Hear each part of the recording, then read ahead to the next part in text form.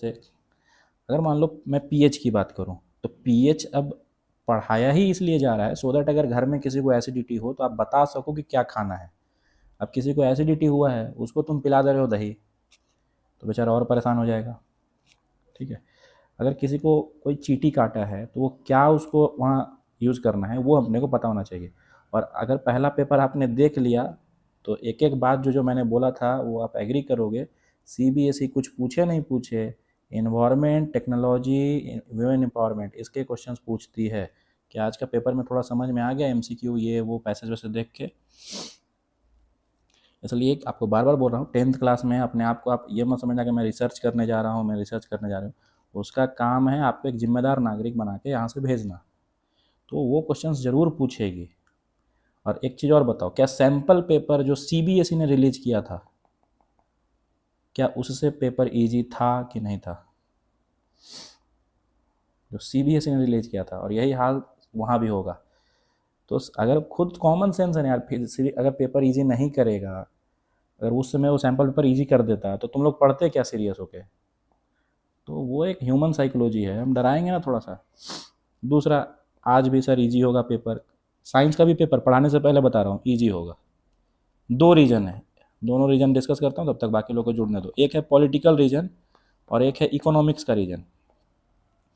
पहले पॉलिटिकल आता हूँ। सीबीएसई ये सेंट्रल बोर्ड में आती है, एजुकेशन मिनिस्ट्री के अंदर में आता है। इसको जवाब देना पड़ता है, इसका कंपटीशन है आईसीएसई बोर्ड से। तो अगर इसका रिजल्ट अच्छा होगा तो सरकार भी अपना सीना चौड़ा करेगी कि नहीं हमारा रिजल्ट अच्छा है। तो ये हुआ अपना पॉलिटिकल रीजन। दूसरा, इसके इकोनॉमिक रीजन है। अगर सीबीएसई ने पेपर हार्ड किया 10th का और आपके कम मार्क्स आए ऑन एन एवरेज, तो आप भाग जाओगे 12th में स्टेट बोर्ड में। और अगर आप सीबीएसई में हो ही नहीं तो सीबीएसई का इनकम बताइए, सीधा सीधा बिजनेस लगाइए दिमाग। तुम सीबीएसई स्कूल में नहीं पढ़ोगे, उसके भाग जाओगे, सीबीएसई का इनकम रुक जाएगा भैया, कमाएगी कहाँ से वो? 12th में कोई आपको वो नहीं दिखाएगा, वहाँ कोई प्यार मोहब्बत नहीं है। क्योंकि 12th के बाद वो अच्छा पेपर दे या बुरा पेपर दे, ऐसे भी भागने वाले हो, क्योंकि ग्रेजुएशन थोड़ी कराती है सीबीएसई। उसके बाद तो फिर जाओगे यूनिवर्सिटी में। तो इसलिए सुनने, अभी कल से न्यूज आने लगेगा, पेपर होगा ना 12th का, सुनना बस। पहला एक पेपर है केमिस्ट्री का, कोई 12th वाले होंगे तो पूछ लेना थोड़ा आने के बाद। पहला टॉपिक है एसिड्स। ठीक है। अब देखो, आपको जो जो चीज़ें मैं बताते जा रहा हूँ उसको आप समझते जाना। बाकी कहानी कथा यहाँ लिखा हुआ है, आर्हेनियस थ्योरी ये सब नहीं आता है, तो जो मैं बता रहा हूँ वो सुनते जाना। जो पॉइंट्स बता रहा हूँ हिंदी में एकदम सुनते जाना। एसिड हो या बेस हो, इन दोनों को, एसिड्स को एसिड्स बनाया या बेस को बेस बनाने वाला है पानी। ठीक है, तो ध्यान देना, इसको ऐसे समझो। विराट कोहली को विराट कोहली बनाने वाला है उसका कोच राजकुमार शर्मा। ऋषभ पंत का भी कोच वही है, गौतम गंभीर के भी कोच वही हैं, और धवन के कोच भी वही हैं। विराट कोहली तब तक नहीं बनता जब तक वो कोच उसके ज़िंदगी में नहीं आता।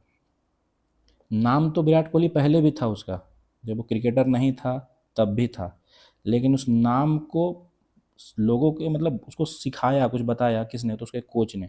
सेम काम यहाँ है। भले ही वो एसिड के नाम में आ जाए, एसिड्स के कैटेगरी में आ जाए, लेकिन एसिड जैसा बनने के लिए, दिखने के लिए पानी का होना ज़रूरी है। पॉइंट नंबर 1, यहाँ से सीबीएसई का पहला क्वेश्चन कि एसिड्स बिना पानी के ये चीज़ नहीं दिखाता है। वो आपको सीधा लिखना है, अरे एसिड्स बिना पानी के कुछ दिखाएगा ही नहीं, ये और वो क्या है? कुछ भी नहीं दिखाएगा एसिड्स। तो क्वेश्चन है कि आखिर उस कोच ने किया क्या? तो उस कोच ने विराट कोहली को क्या किया? क्रिकेट खेलना सिखाया, एफिशिएंसी बढ़ाई। यहाँ भी वाटर वही करेगा। जैसे ही पानी में तुम एसिड्स मिलाते हो, ठीक है, वो प्रोड्यूस करता है H+ आयन्स। क्लियर है सबको? एसिड्स में से प्रोड्यूस होता है H+ आयन्स। वहीं बेस में से भी प्रोड्यूस होता है OH- आयन्स। ठीक है, तो एसिड में H+, बेस में OH-। अब काम की बात, यानी इस वाटर ने क्या प्रोड्यूस करवा दिया? H+। बेस में वाटर ने क्या प्रोड्यूस करवा दिया? OH-। यही है उसका परफॉर्मेंस। तो ये हो गया अपना विराट कोहली और ये हो गया शिखर धवन। दोनों को ही बनाने वाला ये वाटर है। क्या प्रोड्यूस करा के? तो एक को राइटी बैटिंग सिखा दिया, एक को लेफ्टी बैटिंग सिखा दिया, हो गया। क्या पहला पॉइंट क्लियर है? बिना पानी के एसिड्स को एसिड्स ही नहीं बोलेंगे। आया समझ में? अब यहाँ से क्वेश्चंस तुमको पूछेंगे, कैसे पूछेंगे आगे आते हैं। अब ध्यान देना, बस पूरा मेरा अगला 2 घंटा इसी पे चलेगा, यही कहानी है। एसिड्स को एसिड्स बनाया किसने? पानी ने। क्या प्रोड्यूस करवा के? वाटर प्रोड्यूस करा के। ये पंच लाइन है, याद कर लो। जल्दी से मैं हिंदी में लिख रहा हूँ। एसिड को एसिड बनाया किसने? तो आंसर है वाटर ने। क्या प्रोड्यूस करवाया? तो क्या प्रोड्यूस कराया? H+। ऐसे ही बेस के लिए लिख सकते हैं अपने से, बेस को बेस बनाया किसने? वाटर ने, OH- प्रोड्यूस करके। यहाँ तक किसी को कोई दिक्कत? चलिए नेक्स्ट आगे बढ़ते हैं। अब समझो ध्यान से। अब हम लोग जब बचपन से पढ़ते आ रहे हैं एसिड्स आर, ये सोर इन टेस्ट, वो बीटर इन टेस्ट, लेकिन ये सही तरीका नहीं है, टेस्ट करना सही तरीका नहीं है। तो अगर पूछेगा एसिड्स और बेस का डिफरेंस, तो आपको यही लिखना है कि एसिड्स को जब पानी में मिलाते हैं, पानी में मिलाने को बोलते हैं डिसोल्यूशन या डिसॉल्विंग, जो लिखना है आपको लिख दीजिए, ठीक है। तो डिसोल्यूशन जो लिखना है आप वो लिखो। पानी में मिलाने पे ये टूटता है और क्या देता है? H+ ions. अब समझो ध्यान से, जैसे ही ये H+ आयंस दिया, जैसे ही एसिड्स ने H+ आयन दिया, ये देखो यहाँ पर दिखा रहा हूँ, ये है मेरा पानी और इसमें मैंने मिलाया एसिड्स। इसने तुरंत क्या प्रोड्यूस करवा दिया? H+। तो बताओ ये H+ क्या इस बीकर में ही प्रोड्यूस होगा, यस और नो? ये जो H+ है ये इस बीकर में ही प्रोड्यूस होगा, इसी में प्रोड्यूस होगा ना, इस जिसमें मिलाए हैं इसी में होगा। तो क्या जैसे ही पानी में हम एसिड मिला रहे हैं, तो क्या पानी ख़त्म हो गया वहाँ से? क्या वहाँ से पानी ख़त्म हो गया? नहीं, पानी अभी भी है। और ये H+ आयंस जो होता है वो इतना ज़्यादा रिएक्टिव होता है कि ये तुरंत मर्ज कर जाता है H2O से। ये तुरंत वापस मर्ज कर जाता है, मिल जाता है किसके साथ? H2O के साथ। अब बताओ H2 और H क्या H3O+ बना सकता है कि नहीं? क्या H और H2O H3O+ बना देगा कि नहीं? और इसी H3O+ को तुम लोग सुने हो हाइड्रोनियम आयन बोलते हैं। अब यहाँ से 2 क्वेश्चंस बनेंगे। हाइड्रोनियम आयन का प्रोडक्शन कैसे होता है? 2 स्टेप में। एसिड्स में पानी मिलाया, सॉरी पानी में एसिड मिलाया, H+ प्रोड्यूस हुआ। H+ बीइंग मोर रिएक्टिव, बहुत ज़्यादा रिएक्टिव होता है, ये तुरंत स्पॉन्टेनियसली इंस्टेंटेनियसली तुरंत रिएक्ट करता है किसके साथ? पानी के साथ, और तुरंत बना देगा H3O+। तो बताओ एक्चुअल में जब तक हम ऑब्जर्व करें इस रिएक्शन को, तब तक क्या मेरे को H+ मिलेगा एसिड जब टूटेगा तो, या H3O+ मिलेगा? ऑब्जर्वेशन जब तक हम करना स्टार्ट करें तब तक मेरे को क्या मिलेगा एक्चुअल में? H+ या H3O+? सोचो, मैंने बोला तुरंत रिएक्शन कर जाता है। तो जब तक हम देखेंगे तब तक तो सारा का सारा H+ किस में बदल गया होगा? H3O+ में। तो मेरे को मिलेगा क्या एक्चुअल में? क्या H3O+ मिलेगा? इसमें किसी को संकोच, डाउट, कोई कष्ट है तो बताओ। एनी डाउट किसी को? नहीं। तो हम अगर एसिड्स का डेफिनेशन ये लिखें कि acids contains hydrogen ion and producers H+ ions in aqueous solution, पानी वाले सॉल्यूशन में, तो क्या ये सही है, यस और नो? देख लो, ये आपको एसिड्स का डेफिनेशन आएगा तो ऐसे एक्सप्लेन करके लिखना है। आई बात समझ में? ऐसे जैसे ये लिखा हुआ है वैसे ही H+Cl-, H+Cl-, हमको मतलब H+ से है। यही H+ H2SO4 भी प्रोड्यूस कराता होगा, देखो तो ऐसा आ गया समझ में? H2SO4 टूटा, H+ और HSO4-। ठीक है, क्लियर है यहाँ तक बात सबको? नाउ अब कुछ और फिजिकल प्रॉपर्टीज। एसिड्स को अगर आपका एसिड्स यहाँ रखा हुआ है, अगर हम उसमें ब्लू लिटमस पेपर डालते हैं तो वो कौन सा कलर देगा? तो एसिड्स का नाम से ही सुनने में आता है, बोलते हैं ना एसिड अटैक हो गया तो खतरा है। तो याद रखने का, एसिड्स जब एसिड्स में ब्लू लिटमस डालिएगा तो रेड देगा।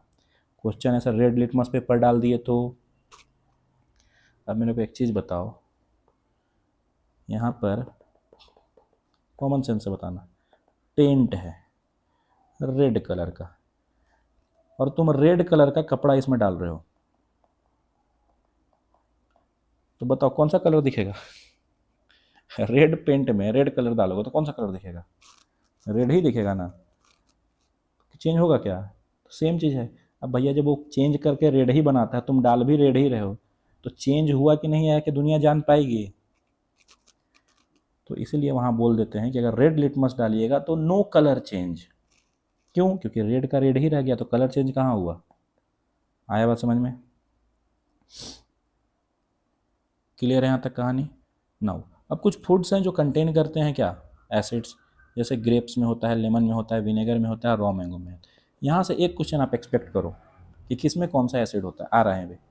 तो अभी एक मैंने मस्त आपका जोक लगा दिया है कि बेचारा कन्फ्यूज है। अभी मैंने ऊपर में बोला एसिड्स खतरनाक होते हैं, ठीक है, यानी एसिड से दूर रहने का। फिर बोल रहा है कि फूड में भी एसिड होता है, यानी अब एसिड खाने का भी। तो भाई पहले क्लियर कर लो, खाना है कि दूर रहना है। तो एक्चुअली ये पूरा गेम होता है। मैं वापस ये जो आपको ये सब पढ़े होंगे, कभी ना कभी ये सब पढ़े होंगे, मैं पूरा कहानी इस पे आता हूँ। ये जो आपको पढ़ाया ना, ये पूरा कहानी इसी पे है। देखो अभी चलो, अब सब लोग अपना वो टच पैड निकाल लो, मतलब आपका राइटिंग पैड, और बताना जो मैं क्वेश्चन बोल रहा हूँ, सेम क्वेश्चन। एसिड्स को एसिड्स बनाने वाला कौन है? एसिड्स को एसिड्स बनाने वाला कौन है? पानी। क्या प्रोड्यूस करवा के? क्या प्रोड्यूस करवाया? H plus. यानी एसिड्स की पहचान H प्लस है। बताओ यस या नो? एसिड्स की पहचान H प्लस है। तो अगर ज़्यादा H प्लस प्रोड्यूस होगा तो ज़्यादा बढ़िया एसिड है कि नहीं? ज़्यादा H प्लस अगर प्रोड्यूस होगा तो ज़्यादा बढ़िया एसिड है कि नहीं? तो अगर किसी एसिड्स में डिसोसिएशन के बाद, टूटने के बाद ज़्यादा H प्लस, अब बताओ किसी भी चीज़ का ज़्यादा कितना परसेंट हो सकता है? किसी भी चीज़ का ज़्यादा कितना परसेंट हो सकता है? 100%। 100 से ज़्यादा हो सकता है क्या? नहीं हो सकता। तो अगर मान लो मैं ये बोलूँ कि अगर कोई भी एसिड डिसोसिएशन के बाद 100% H प्लस आयोन देता है, 100% मतलब सभी के सभी जो आयोन से वो H प्लस दे दिया पूरा, तो हम उसको क्या बोल सकते हैं कि नहीं? स्ट्रॉन्ग एसिड बोल सकते हैं ना। अब 100% देने वाला आपके क्लास में 3 है, टोटल 4 होते हैं। एक है भाई साहब H2SO4 खतरनाक, अगला है HCl और अगला है HNO3। H2SO4 का नाम sulphuric acid, S for sulphur. HCl का नाम हाइड्रोक्लोरिक एसिड, और N से नाइट्रोजन है तो यहाँ पर हो गया नाइट्रिक एसिड। ये 3 ऐसे एसिड्स हैं जो डिसोसिएशन के बाद 100% H प्लस आयन देते हैं, ठीक है। नाउ जितना ज़्यादा H प्लस आयन देगा ना, इसको एक सिंबल यूज करते हैं हम लोग, अल्फा। यानी अल्फा को मैंने बोल दिया डिग्री ऑफ डिसोसिएशन। डिसोसिएशन मतलब टूटना, डिग्री ऑफ डिसोसिएशन। डिसोसिएशन मतलब टूटना। तो बताओ अगर H प्लस ज़्यादा दे रहा है मतलब ज़्यादा टूटा है कि नहीं? H प्लस ज़्यादा दे रहा है मतलब H ज़्यादा टूट रहा है कि नहीं? ज़्यादा टूट रहा है। तो जब जो ज़्यादा टूटेगा उसकी अल्फा क्या होगी? ज़्यादा या कम? जो ज़्यादा टूटेगा उसकी अल्फा क्या होगी? ज़्यादा या कम? जो ज़्यादा होगा। तो अगर अल्फा ज़्यादा है तो डिग्री ऑफ डिसोसिएशन भी ज़्यादा होगा कि नहीं? अगर अल्फा ज़्यादा है तो डिग्री ऑफ डिसोसिएशन भी ज़्यादा होगा कि नहीं? तो बताओ क्या मैं एक स्ट्रॉन्ग एसिड को ऐसे डिफाइन कर सकता हूँ कि नहीं? देखो तो, कि वैसे एसिड जो कंप्लीटली आयोनाइज हो जाए H प्लस आयन्स में, ठीक है, और जो प्रोड्यूस करे large number of hydronium ion, ज़्यादा हाइड्रोनियम आयन प्रोड्यूस करे। हाइड्रोनियम बोलो या H प्लस बोलो, एक ही बात है। इतना तो समझ में आ गया अब। तो जो ज़्यादा H प्लस प्रोड्यूस करेगा क्या उसी को स्ट्रॉन्ग एसिड बोलेंगे? और यहाँ मैंने लिख दिया है अल्फा इज मोर। यहाँ तक किसी को कोई कष्ट है तो बताओ। और 3 एसिड्स का मैंने नाम लिख दिया है, ब्रह्मा विष्णु महेश। ये तीनों ऐसे ही याद रखने का, ब्रह्मा विष्णु महेश, सत्यम शिवम सुंदरम, ठीक है। तो ऐसे ही याद रखना है। नेक्स्ट अगला आता है। तो जो ज़्यादा जिसका अल्फा है वो स्ट्रॉन्ग, तो जिसका अल्फा कम हो गया वो क्या हो गया? वीक। तो वीक वाले क्या होंगे, कम टूटेगा, तो कम टूटेगा तो कम H+ देगा, तो जो कम H+ देगा तो वही लिखा हुआ है small number of hydronium ion. तो जैसे ये ब्रह्मा विष्णु महेश है, इधर देखो खाने पीने वाला एसिड है, ये देखो CH3COOH, कौन सा एसिड, एसिटिक एसिड, कहाँ मिलता है, विनेगर में, पी जाते हैं आराम से, ठीक है। नया नया जो जिम ज्वाइन करेगा ना उसको जिम वाले पिलाते हैं, रोज सुबह सुबह पी के आना, है ना, तो उसको यही बोलते हैं, पानी वानी में पीते रहो रोज। क्लियर है। डिसोसिएशन मतलब टूटना, शुद्ध हिंदी में लिखा हुआ है। आया बात समझ में। नेक्स्ट अब आते हैं बेस्ड ऑन सोर्सेज। सोर्स के बेस पे भी हमारे एसिड्स अलग से डिफाइंड है। देखो जो एसिड्स का जो सोर्स है, अगर वो जानवर या प्लांट्स है, और जानवर और प्लांट्स कौन से हैं, नेचुरल वाले, सब नेचुरल है, तो इनको हम बोलते हैं ऑर्गेनिक एसिड्स। जो जानवर से मिलेगा या प्लांट्स से मिलेगा। अब जानवर में हम लोग भी आ रहे हैं, सुन लेना ध्यान से। इंसान से बड़ा जानवर दुनिया में आज तक भगवान ने बनाया ही नहीं है, तो हम लोग भी जानवर ही हैं। तो ये जो एनिमल्स, प्लांट्स, बायोटिक सोर्सेज, ये सब जो मिल रहे हैं ना, इससे जो एसिड मिलेगा दे आर ऑर्गेनिक एसिड्स। अब बताओ, क्या किसी इंसान या जानवर में तुम सुने हो क्या कि सल्फ्यूरिक एसिड मिल रहा है? क्या किसी इंसान या जानवर में सुने हो कि भाई वो सल्फ्यूरिक एसिड उसके शरीर से निकलता है? नहीं होता है। तो इसमें कहाँ, ये प्लांट्स में कौन सा, मतलब प्लांट्स में एसिड का तो प्लांट होगा नहीं, एसिड का तो प्लांट होगा नहीं। एसिड्स का क्या हो सकता है, फल वल हो सकता है जिसमें आपका एसिड हो। इसलिए ये कमज़ोर एसिड्स होते हैं, तो इसको हम खा पी सकते हैं। प्लांट से मिल रहा है तो खा पी सकते हैं, इसलिए कमज़ोर है, ऐसा समझने का। कमज़ोर है तो फिर से कंसेप्ट सेम आ गया कि नहीं, बताओ। अभी बताया मैंने, वीक एसिड्स क्या होता है, पूरा आयोनाइज नहीं होता है, यानी H+ कम प्रोड्यूस करेगा। एग्जाम्पल ये देखो, फिर से वही एसिटिक एसिड, फॉर्मिक एसिड। इसके अलावा अब बताओ, दूध में जो लैक्टिक एसिड मिलता है, क्या वो स्ट्रॉन्ग एसिड है या वीक एसिड?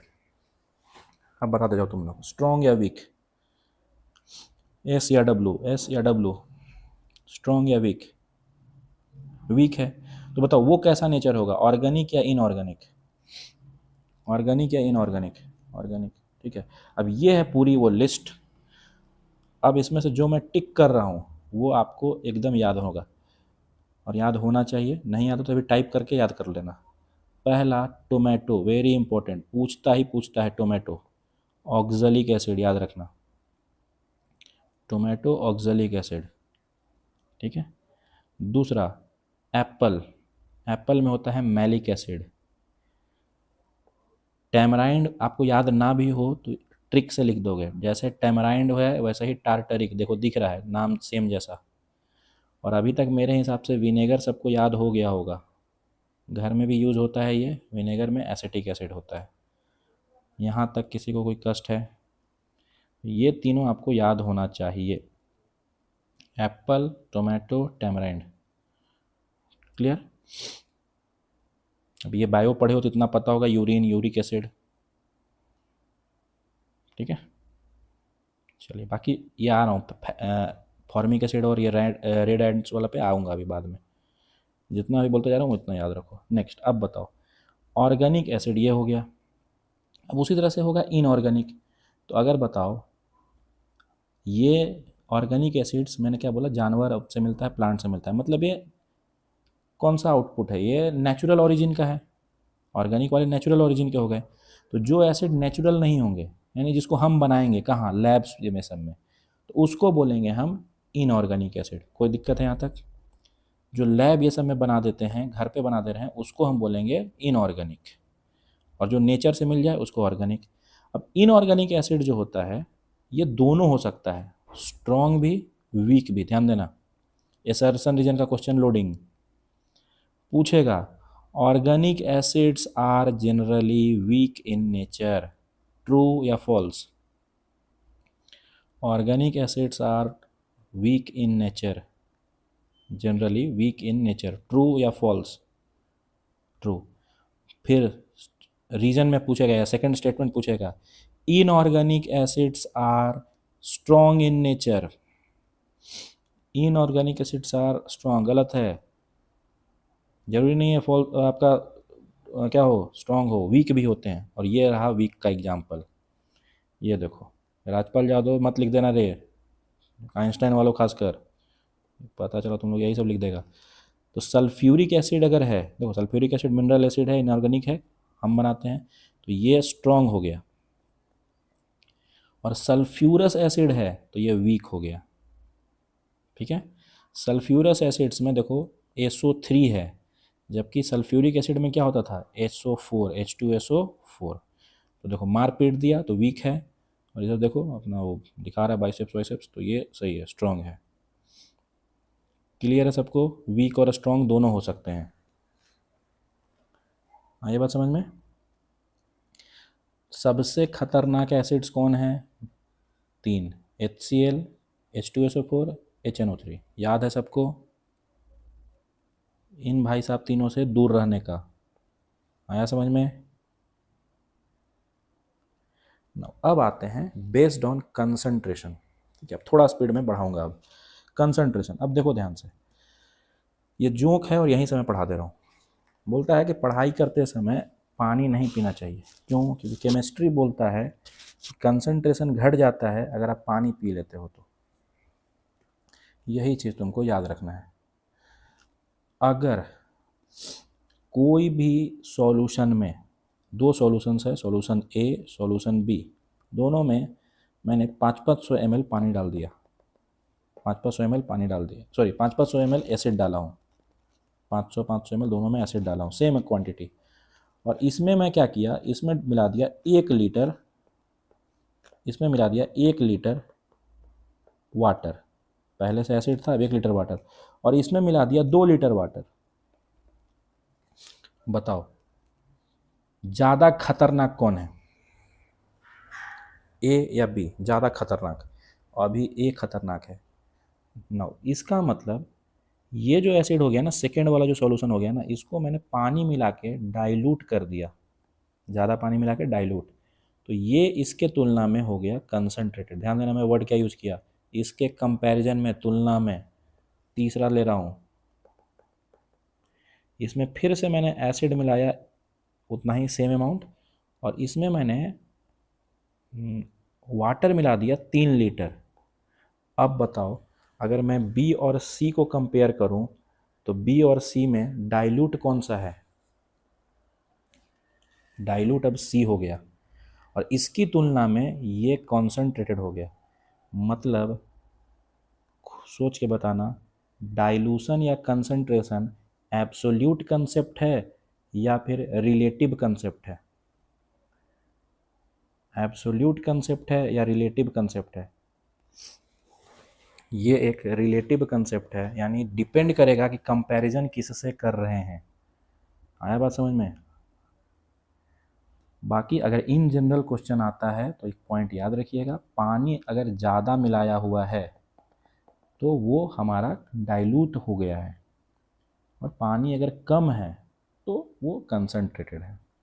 तो जो आपके केमिस्ट्री लैब में जो रखा हुआ रहता था एसिड्स, BSF की सिक्योरिटी में वो जो रहता था ना अपना, क्योंकि उसको उसी सिक्योरिटी में रखते थे हम लोग, तो उसमें रखा हुआ है, उसमें एक बूंद भी पानी नहीं है, तो कैसा है वो फुल्ली कंसंट्रेटेड है।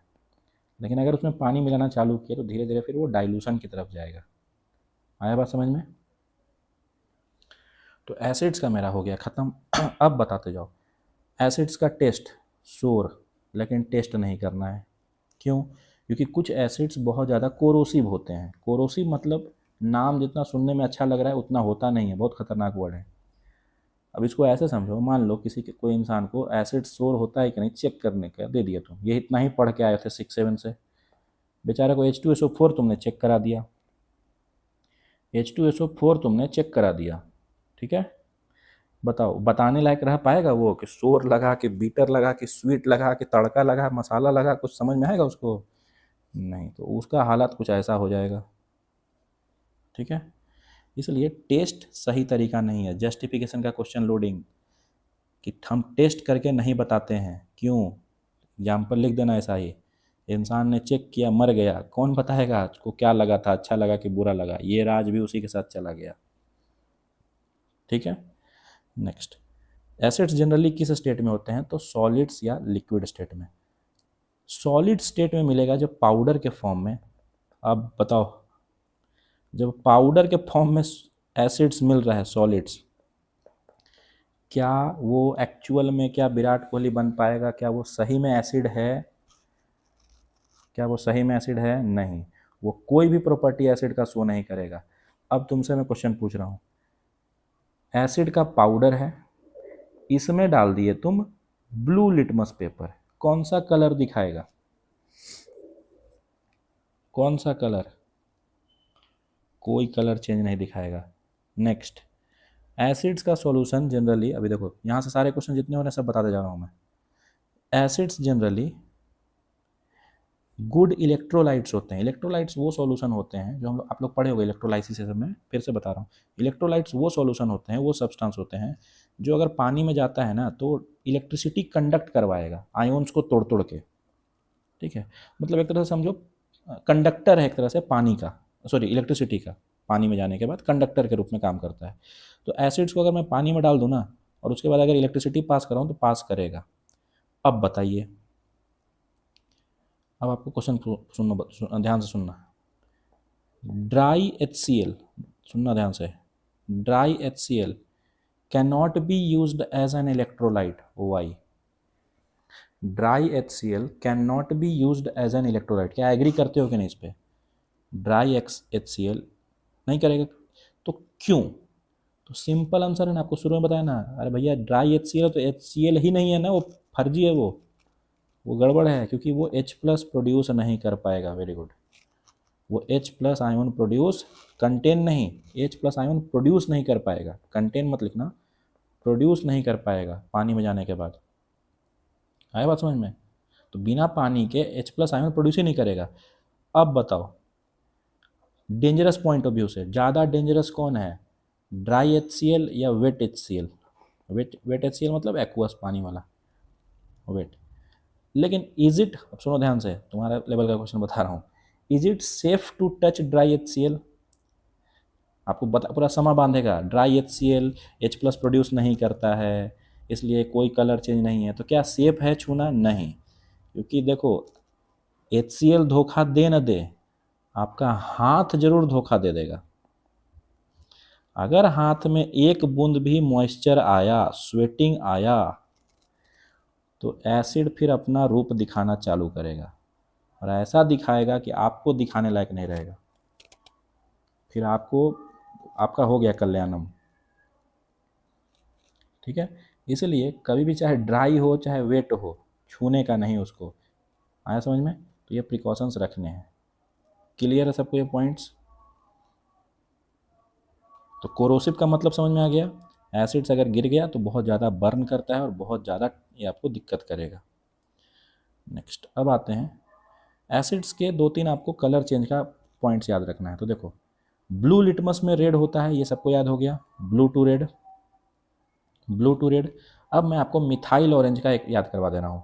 तो एक आपको लाइन याद रखना है, एप्पल रेड होता है, बनाना येलो होता है।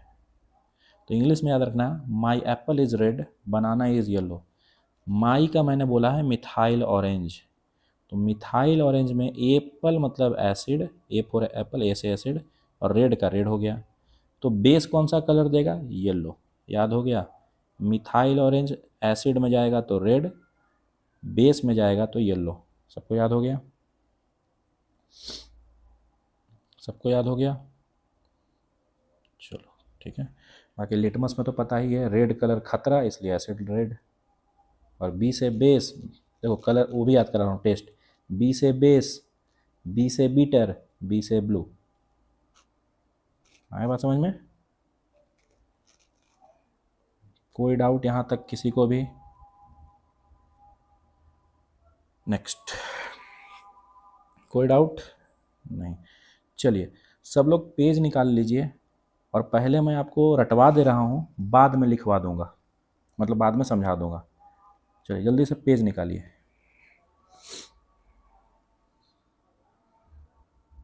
जल्दी से पेज निकाल लो, मैं 30 सेकंड्स दे रहा हूँ सबको।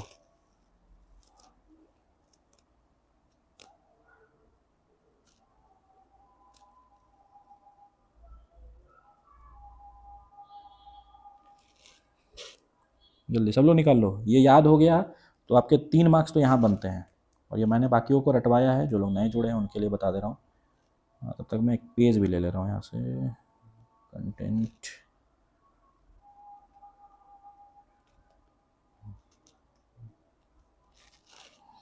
चलिए, जैसे जैसे मैं लिख रहा हूँ वैसे वैसे आप भी लिखोगे। लिखो एसिड, यहाँ फिर से लिखो एसिड, फिर से लिखो एसिड, और फिर से लिखो एसिड। 4 बार लिखो जल्दी से, पंडित जी जैसा लिखने का, जैसे जैसे हम बोलते जा रहे हैं वैसे वैसे लिखते जाइए। ये जो जो मैंने लिखा है लिख लो फटाक से।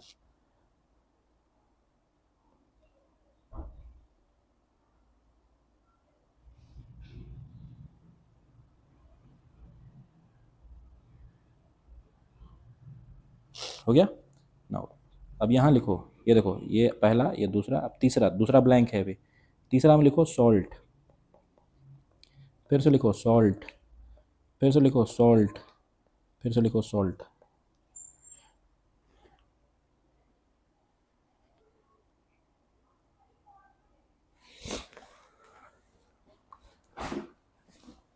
फिर इधर प्लस प्लस प्लस प्लस। रुको ना जी वेदांत जी, यही गड़बड़ है, तेज बनने वाला देखो दिक्कत हो जाता है फिर। मेरे को नहीं आ रहा है, मेरे को ही तुम बता रहा, अभी तू रुक ना, जो बोल रहा हूँ लिख। खुद ही मैं मौका देता हूँ, पूरा टाइप करो तुम लोग, फिलहाल लिखो। हो गया सबका?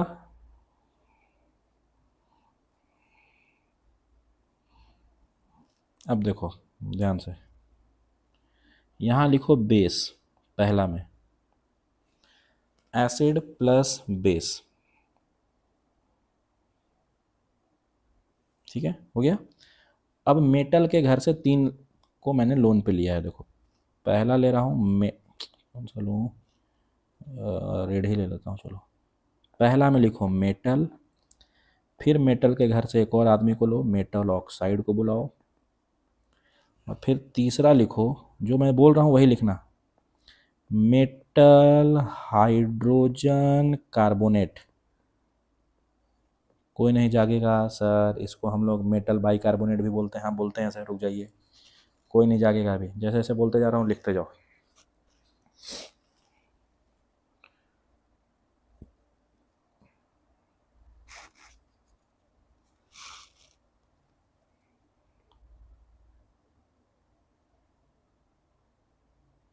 हो गया?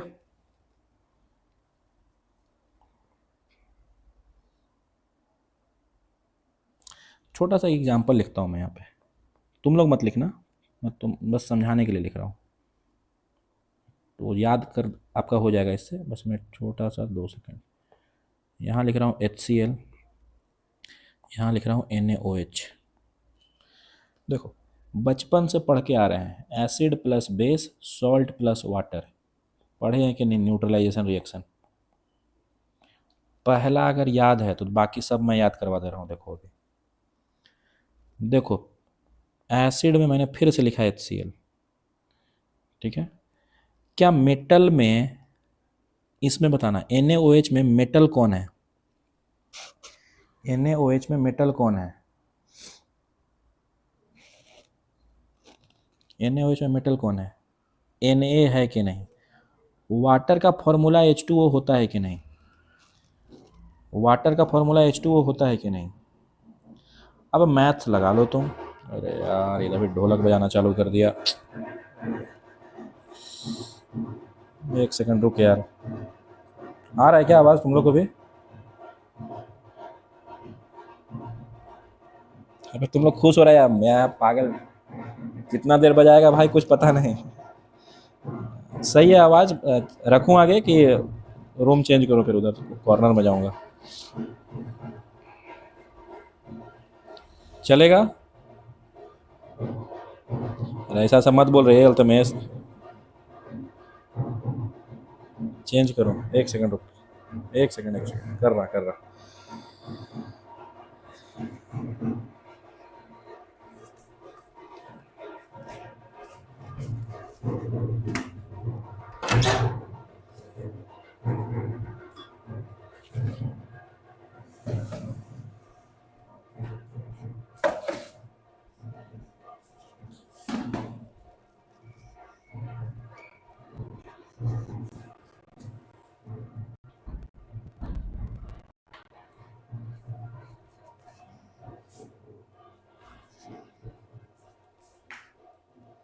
अब कम है थोड़ा, ठीक है, अब इतना में बियर करना होगा। चलो देखो, छोड़ो। अब देखो ध्यान से, जब OH था, सुनो ध्यान से, एक बस याद करना है और ये याद है पहले से, बाकी सब मैं देखो रटवा दे रहा हूँ। OH जब था तो OH वाला आया, O आया, तो जब इसमें OH ही नहीं रहा तो क्या यहाँ पर OH आएगा क्या? क्या पानी आएगा क्या? नहीं आएगा। देख के बता दो, NaCl के साथ जुड़ गया तो बचा क्या? H बचा, तो यहाँ H2 गैस बन के निकल जाएगा। क्लियर है? तो जब बेस में से मैंने OH उड़ा दिया तो पानी में से भी मैं OH उड़ा दूंगा। एक O भाग गया, एक H भाग गया, तो बचा वो जो H वो है यहाँ पे। याद हो गया सेकंड वाला, मेटल के साथ रिएक्शन H2 गैस, बहुत ही इंपॉर्टेंट है ये। नाउ अब देखो फिर से, अगला क्या है? Metal oxide. देखो तो, मेटल ऑक्साइड मतलब क्या? NaO होगा कि नहीं? Na में ऑक्साइड जोड़ूंगा तो NaO होगा कि नहीं? तो फिर से ऑक्सीजन आ गया, तो H2 में फिर से ऑक्सीजन जोड़ूंगा तो H2O बन जाएगा। H2 में फिर से ऑक्सीजन जोड़ूंगा तो H2O बन जाएगा। ठीक है, अब देख ध्यान से, जब मेटल के साथ हाइड्रोजन जुड़ा, ठीक है, तो हाइड्रोजन देता है इधर H2O, और कार्बन जुड़ा तो ये देगा CO2।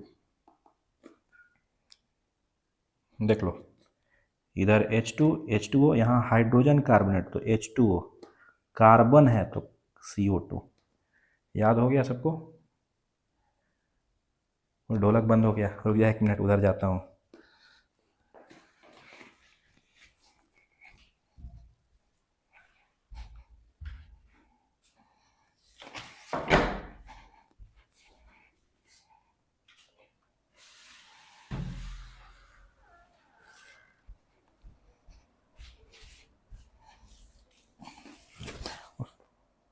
उस आखिर शादी वादी है क्या रे अगल बगल?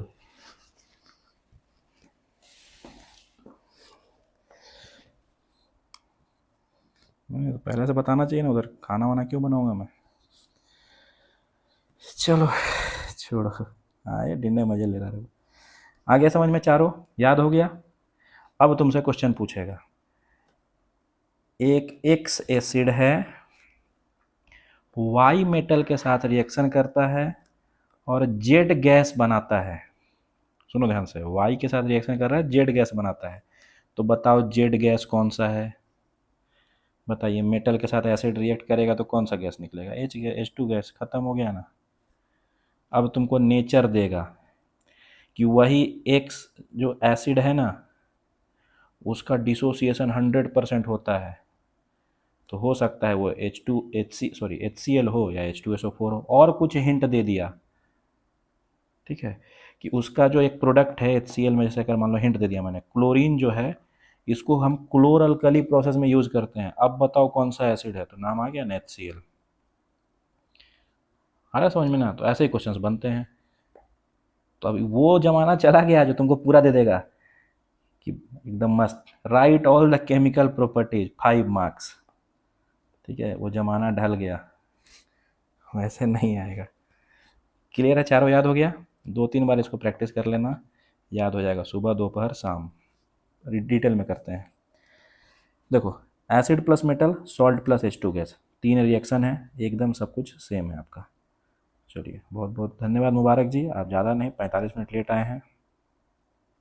ना अब यहाँ से जो क्वेश्चन बनता है वो आप ध्यान रखिएगा, एक सबसे इम्पोर्टेंट। यहाँ पर देखो एक चीज़, मैंने रिएक्शंस जो भी लिखे हैं HCl, H2SO4, HCl, एक और तो था ना इसमें, ब्रह्मा विष्णु तो मैंने लिख दिया, क्या महेश का नाम लिख रहा हूँ कि नहीं? क्या HNO3 मैं छोड़ रहा हूँ कि नहीं हर बार? क्या HNO3 का डिस्कशन होता है अपने पास? आप क्लासरूम में भी ये पढ़े होंगे, HNO3 का नहीं होता है। क्यों नहीं होता है? समझो ध्यान से। अब HNO3 बहुत ही स्ट्रॉन्ग ऑक्सीडाइजिंग एजेंट है ना। What is this oxidising agent? Oxidising agent वो होता है जो खुद का ऑक्सीजन डोनेट कर दे दूसरे को, और दूसरा बेचारा उसका ऑक्सीजन लेके मजे कर रहा है। ठीक है, खुद अपना घर तोड़ के और दूसरे का घर बसा रहा है। ऐसे विचारधारा के लोग आपको घर के आसपास मिलेंगे 1-2। ठीक है, खुद के घर में लड़ाई चल रहा है, आपके घर का लड़ाई का सॉल्व करवाने आया है, तो वही वाला हाल है। तो ये स्ट्रॉन्ग ऑक्सीडाइजिंग एजेंट है, तो ये अपना ऑक्सीजन दूसरे को दे देता है। अब बताओ, मान लो HCl की जगह यहाँ पर मैंने HNO3 यूज कर लिया, तो यहाँ पर HCl के कारण H2 गैस बना था। बताओ, HCl के कारण H2 गैस, और मैं क्या बोल रहा हूँ, HNO3 के पास ये जो ऑक्सीजन है ना, ये बहुत ही मतलब HNO3 ऑक्सीडाइजिंग एजेंट है, बढ़िया वाला स्ट्रॉन्ग, तो ये तुरंत अपना ऑक्सीजन इधर डोनेट कर देगा। ये ऑक्सीजन मिला देंगे अगर H2 में, तो H2 क्या बन जाएगा, क्या H2 H2O बन जाएगा कि नहीं, क्या H2 H2O बन जाएगा कि नहीं। अब इसको थोड़ा सा प्रैक्टिकली देख लेते हैं कि दिक्कत क्या है। ये मैंने लिया, इसमें डाला मैंने HCl और इसमें डाला मैंने Na, तो क्या बना था, ये बना नीचे में क्या, NaCl बना और H2 गैस बाहर आ गया। ठीक है, H2 गैस बाहर आ गया, तो हमको ये तो पता चल गया ना कि H2 गैस था तो बाहर आ गया, यानी रिएक्शन कंप्लीट हो गया। H2 गैस का बाहर आना मतलब रिएक्शन कंप्लीट है, बताओ। लेकिन अगर मैं इसमें HNO3 डाल दूं तो H2 बनेगा नहीं, ये क्या बन जाएगा, H2O बन जाएगा। अब बताओ, क्या H2O बाहर उड़ता है क्या, H2O उड़ेगा नहीं, और उसी में रहेगा, इसी में रहेगा। अब बताओ, पहले से लिक्विड था, उसमें पानी अंदर बना है, हमको कैसे पता चलेगा, हाथ लगा के तो देखेंगे नहीं कि पानी किधर है, पानी किधर है, तो आपको पता ही नहीं चलेगा कि रिएक्शन हुआ कि नहीं हुआ। तो एक तो प्रैक्टिकल मतलब इसका दिक्कत ये होता है, आया बात समझ में। तो ये दिक्कत है HNO3 के साथ, one of the most important topic का एक क्वेश्चन है यहाँ पे केमिकल प्रॉपर्टीज में से। HNO3 को क्यों नहीं यूज़ करते हैं, क्यों, क्योंकि इसके पास इसके पास एक कैपेसिटी है स्ट्रॉन्ग ऑक्सीडाइजिंग एजेंट होने की, जो कि फटाक से H2 गैस को कन्वर्ट करा देता है H2O में। आया बात समझ में, सबको क्लियर है। चलिए आगे भागे। नेक्स्ट, एसिड और बेस के रिएक्शन को सॉल्ट और वाटर बनाता है, ये तो सबको पता है। नो, अगला जो चीज़ है वो ध्यान देना। देखो, मेटल कार्बोनेट हो या मेटल बाई कार्बोनेट बोलो या मेटल हाइड्रोजन कार्बोनेट, सब बराबर है। ठीक है, तो इसका याद ऐसे ही रखना, सॉल्ट भी बनेगा, CO2 भी बनेगा और H2O भी बनेगा। क्लियर है यहाँ तक। अब इसका जो क्वेश्चन है वो नीचे में है मेरे पास, इसलिए उसका घबराना नहीं है, पहले मैं थ्योरी आपको बता दे रहा हूँ। अब यहाँ थोड़ा सा ध्यान दीजिए, ये है मेरा Na2CO3 सोडियम कार्बोनेट, जबकि ये है NaHCO3 सोडियम हाइड्रोजन कार्बोनेट, जिसको मैं बाई कार्बोनेट भी बोलता हूँ। थोड़ा सा दोनों रिएक्शन को ऑब्जर्व करो, क्या प्रोडक्ट में कोई चेंज है, क्या प्रोडक्ट में कोई चेंज किसी को नज़र आ रहा है, देख के बताओ, है चेंज, प्रोडक्ट में चेंज हो रहा है। हाँ, कंपाउंड सेम है, यानी सब है ऑलमोस्ट सेम, लेकिन क्या कॉफिशिएंट में चेंज आ रहा है कि नहीं, क्या कॉफिशिएंट में चेंज आ रहा है कि नहीं। तो बस अगर क्वेश्चन आएगा तो आपको ध्यान रखना है, इसका सॉल्यूशन क्या है, इसका तरीका क्या है, सभी इक्वेशन को बैलेंस करके एग्जाम में लिखने का। ठीक है, तो यही एक तरीका है। अब मान लो आपके पास टाइम नहीं है तो फालतू बैलेंस करने मत जाना, अगर क्वेश्चन कुछ और पूछा है, आप एग्जाम्पल में लिख रहे हो तो जरूरी नहीं है, उतना ही लिखो जितने में काम हो जाए। नेक्स्ट, अगला है मेटल ऑक्साइड। देखो ध्यान से, फिर से साइंस लगाओ, सॉरी मैथ्स लगाओ। देखो मैंने क्या बोला, acid plus base is equal to salt plus water, ये बोला मैंने, बात यूनिवर्सल ट्रूथ है, इसका रिपोर्टेड स्पीच चेंज नहीं होगा। ठीक है, अब थोड़ा सा ध्यान दीजिए, इसको मैं उल्टा लिखूं तो चलेगा क्या, उल्टा लिख दे रहा हूँ, बेस प्लस एसिड। देखो तो थोड़ा ध्यान से, जहाँ पर एसिड है क्या वहीं पर एसिड है, देखो तो, जहाँ पर सॉल्ट है वहीं पर सॉल्ट है, देखो तो, जहाँ पर वाटर है वहीं पर वाटर है, यस और नो। तो भैया जब तीनों इक्वेशन सेम है तो ये चौथा वाला भी सेम होगा कि नहीं, मैथ्स पढ़े हो ना, जब A बराबर है B के, B बराबर है C के, तो A और C आपस में बराबर होंगे कि नहीं, तो वहीं लगा लीजिए। अब बताइए, एसिड के साथ कुछ ऐसा मिलाओ तो सॉल्ट और वाटर बनता है, आउटपुट सेम है, इसका मतलब ये प्रूव होता है कि नहीं कि metal oxides are basic in nature. Metal oxides are basic in nature, क्या ये मैथ्स के द्वारा प्रूव हो रहा है कि नहीं? तो क्वेश्चन आएगा आपको, आप मिला भी होगा पीटी इस एग्जाम में कि मेटल ऑक्साइड्स का नेचर कैसा होता है, बेसिक। तो जब मेटल ऑक्साइड का नेचर बेसिक, तो नॉन मेटल ऑक्साइड का नेचर कैसा? नॉन मेटल ऑक्साइड का नेचर कैसा? एसिडिक होगा। आ गया समझ में? तो ये सब एमसीक्यूज है, ये सब अब दोबारा पढ़ने का टाइम नहीं मिलेगा, ये घुस जाना चाहिए दिमाग में। अब ना यहाँ से क्वेश्चन आएगा, एग्जाम में शायद आपको मिला भी था अभी लास्ट पेपर में, CuO+HCl कलर चेंज बताइए कौन सा होता है? तो ये याद रखने का, this is blue green in colour, CuCl2। इस कलर का अलग से एक लिस्ट आउट करो, नेट पे भी अवेलेबल है, मैंने भी शायद दिया था, मेरे पास है नहीं तो इन लोगों से किसी से मांग लेना। कलर का एक अलग लिस्ट आउट करने का, कलर से एक क्वेश्चन जरूर पूछेगा, ठीक है? CuCl2 blue green in colour होता है। आया बात समझ में? CBSE का क्वेश्चन देख लो, अब है तो 2012 का मेरे को मिला था, लेकिन बहुत बार आया है।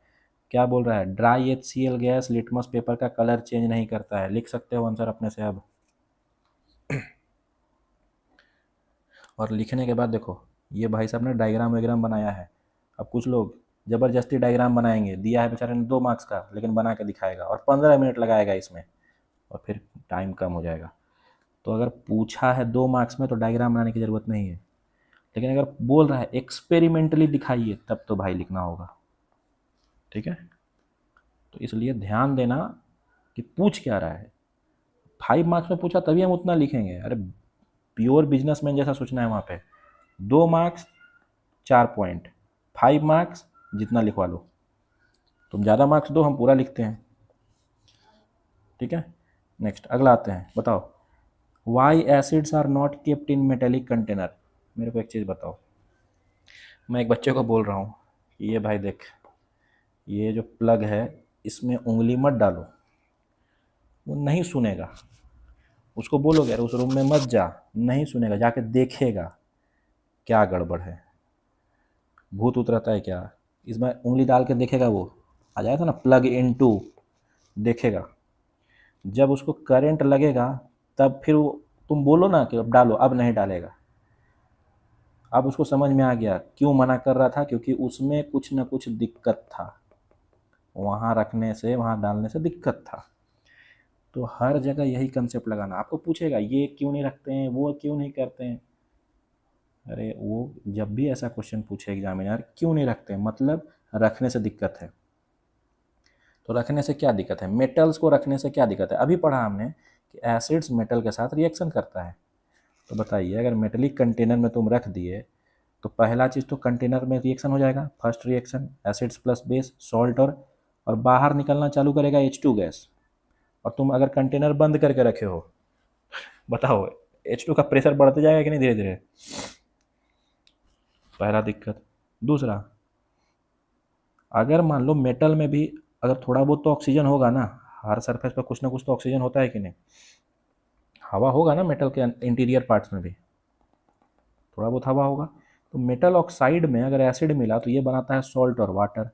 अब बताओ रखे तुम एसिड, बन गया सॉल्ट और वाटर, और उसको फिर सॉल्ट को लेके और बच्चों के सामने एक्सपेरिमेंट कीजिएगा तो एक्सपेरिमेंट सक्सेस होगा कभी?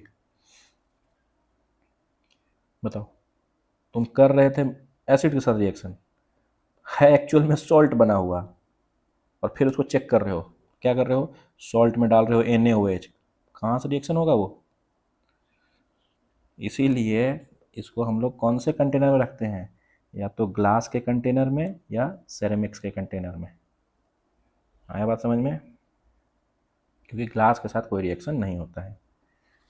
सबको क्लियर है? Now the sure short question आपका इस चैप्टर का, लिखवा लो, ना आए तो बता देना। लाइम वाटर का रिएक्शन इसी फेनोमेनन पे है, देखो ध्यान से। लाइम वाटर का रिएक्शन होता कैसे है? तो देखो, जो लाइम, जो चूना आप मार्केट से लेकर आए, जैसे मान लो मैंने बोला बहती को जाओ वो चूना लगाना है, एक को लाइम लेके आओ, तो गया और लाइम लेके आया मार्केट से, साइकिल से या फिर अपना वाला स्कूटी से। तो जो लाइम इसने क्विकली लेके आया उसको बोलते हैं क्विक लाइम, और उस लाइम में दुकानदार ने हवा पहले से मिला दिया था, तो वो हो गया CaO। ठीक है, जब CaO इसने लाया क्विकली, उसके बाद इसमें मैंने डाला पानी। क्यों? चूना लगाने के लिए पानी लगाना पड़ेगा ना पहले। चूना अगर मेरे को वॉल पे पेंट करना है तो क्या ऐसे डायरेक्ट फेंक दूंगा? तो पानी, जैसे ही मैंने पानी मिलाया, देखो सोच के बताओ, CaO कैल्शियम मेटल ऑक्साइड, क्या ये बेस है? यस और नो? क्या ये बेस है? ठीक है, नेक्स्ट, बेस में फिर से मैंने पानी मिला दिया, तो ये बन जाएगा बेसिक हाइड्रोक्साइड, तो ये बन गया CaOH टेकन ट्वाइस। यही चीज़ आप लगाते हो अपने वॉल्स पे, तो इसी को हम लोग बोलते हैं स्लैक्ड लाइम, या फिर इसी को बोलता हूँ मैं लाइम वाटर। ठीक है, और यही हम लोग लगाते हैं अपने वॉल्स पे। पहला पॉइंट क्लियर है सबको? नाउ जैसे ही मैंने इसमें पानी मिलाया, तो ये तुरंत क्या होता है, बहुत तेज इसमें बबल्स उठते हैं। इस बबल उठने के प्रोसेस को ही हम बोलते हैं स्लेकिंग। नो, बबल्स उठ रहा है अचानक से, अगर आप उसमें अगर आप फेस वेस देखोगे या हाथ वाथ रखोगे तो हाथ जल जाएगा, यानी एनर्जी बहुत तेज़ी से बाहर आ रहा है। इस टाइप के रिएक्शन को बोलते हैं एक्सोथर्मिक। ट्रिक याद करने का, एक्सो तो O for out, heat out होगा। वहीं पर इंडो है तो इंडो को उल्टा लिखो, INDO, अंदर दो, यानी हीट अंदर दिया मैंने, हीट इन। तो एंडोथर्मिक में हीट अंदर देंगे हम, एक्सो में बाहर आएगा। क्लियर है सबको ये पॉइंट? तो मेरा स्लैक्ड लाइन तक हम पहुंच गए। अब क्या बोल रहा है क्वेश्चन, देखो ध्यान से। बोल रहा है लाइम वाटर और CO2 का रिएक्शन करा दो। अब बताओ, लाइम वाटर, बताओ बेस का हाइड्रो ऑक्साइड है, बेस का हाइड्रोक्साइड, क्या ये बेस ही जैसा ट्रीट होगा कि नहीं? बेस का हाइड्रोक्साइड बेस जैसा ही ट्रीट होगा कि नहीं? ये बेस ही है ना आपका एक तरह से। अब बताओ CO2, CO2 मेरा नॉन मेटल है। नॉन मेटल का ऑक्साइड कैसा होता है, एसिडिक या बेसिक? नॉन मेटल का ऑक्साइड, नॉन मेटल का ऑक्साइड एसिडिक, लगा लो दिमाग। बेस है, एसिड है, क्या बनेगा? सॉल्ट बनेगा कि नहीं? सॉल्ट बनेगा, लो बन गया CaCO3। एग्जाम में आएगा CaCO3 एसिड है कि बेस, लिख के आ जाना, पगलाओ मत, सॉल्ट है। ठीक है, ऐसे क्वेश्चन आता है। स्टील मेटल है कि नॉन मेटल, लिख देना उधर का, पागल नहीं बनाने का, एलॉय है। ठीक है, कुछ लोग लिख के आ जाएगा मेटल है। तो CaCO3 क्या है? सॉल्ट है। पहला चीज़ क्लियर है सबको? अब बताइए, एसिड और बेस मिलता है तो सॉल्ट के साथ वाटर भी बनता है कि नहीं? सॉल्ट के साथ वाटर भी बनता है कि नहीं? अब तुम लोग ये देखे नहीं होगे अपने घर में, क्योंकि सब बड़े लोग हो ना, अभी सब कौन लाइम वाटर का कौन पेंट करवा रहा है, लेकिन गांव में ये सब होता है यूज़ अभी भी। जैसे गाय घर ये सब में लाइम वाटर हम लोग वॉल पे लगवाते हैं। तो अगर आप वहाँ जब लग जाए तो देखिएगा कुछ देर के बाद कि थोड़ा बहुत उसमें मॉइस्चर आ गया है पहले से ही, उस वॉल पे ही, वो मॉइस्चर ही आपका वो वाटर है।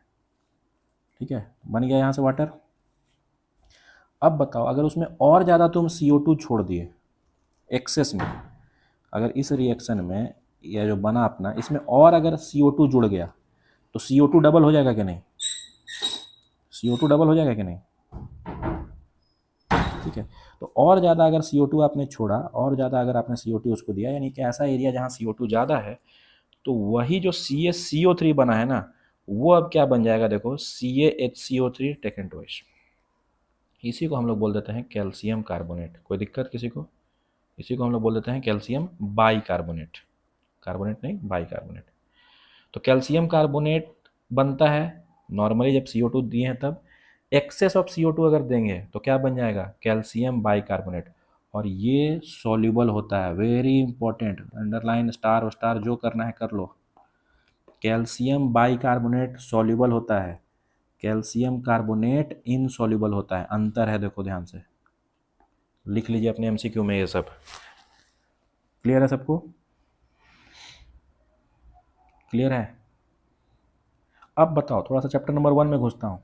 इस CaCO3 को अगर मैं हीट कर दिया ये CaCO3 को मैं अगर हीट कर दिया तो क्या ये टूट जाएगा और CaO प्लस H2O बनाएगा, सॉरी CaO प्लस CO2 बनाएगा कि नहीं?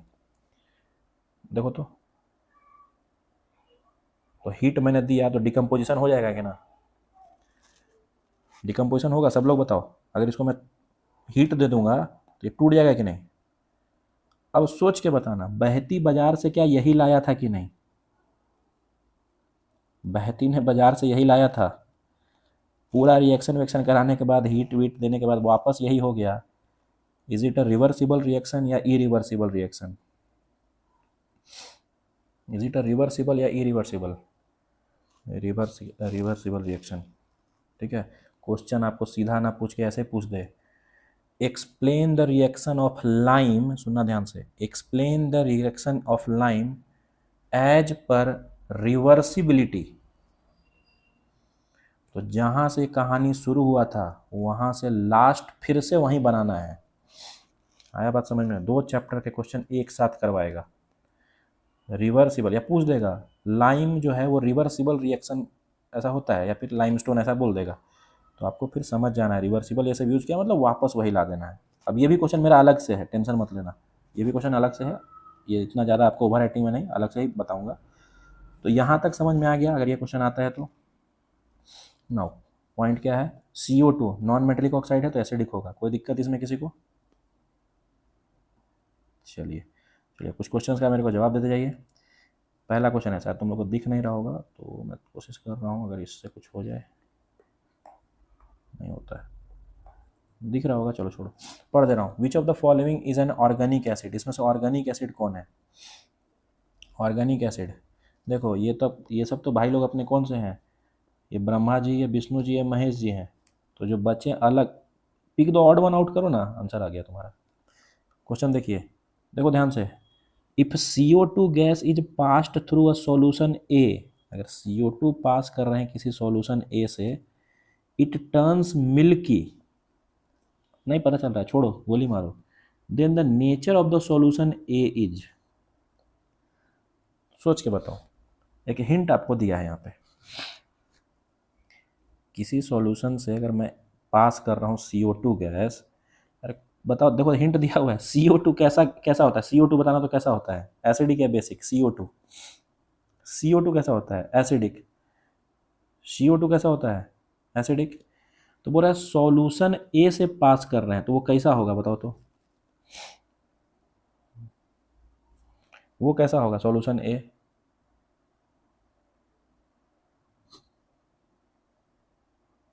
ठीक है, अब बताओ क्या ये यही वाला रिएक्शन है कि नहीं है जो ऊपर में लिखवाया हूँ मैं?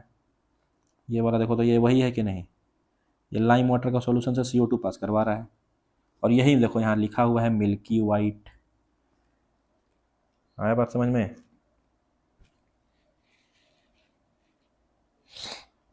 चलिए, तो मिल्की वाइट है, फेस पे लगाना नहीं है। Next, vitamin C is one form of, बताइए। विटामिन C, अगर आपको बायोलॉजिकल नाम पता है तो ऐसे भी बता सकते हो, जनरल नॉलेज का क्वेश्चन है। विटामिन C का नाम, फॉर्मिक, टार्टरिक, ऑक्जेलिक या एस्कॉर्बिक? विटामिन C, सोच के बता Jagtap, vitamin C।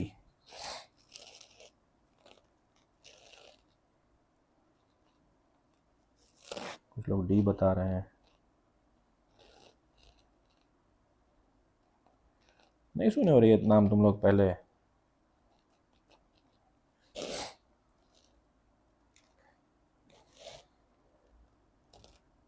Vitamin C अगर बायोलॉजिकल नेम जहाँ तक मेरे को याद है, शायद बायोलॉजिकल नेम ही होता है इसका, इसका नाम ही है एस्कॉर्बिक एसिड। ठीक है, इसका नाम ही है, ये याद रख लो, इसका नाम ही है विटामिन C का।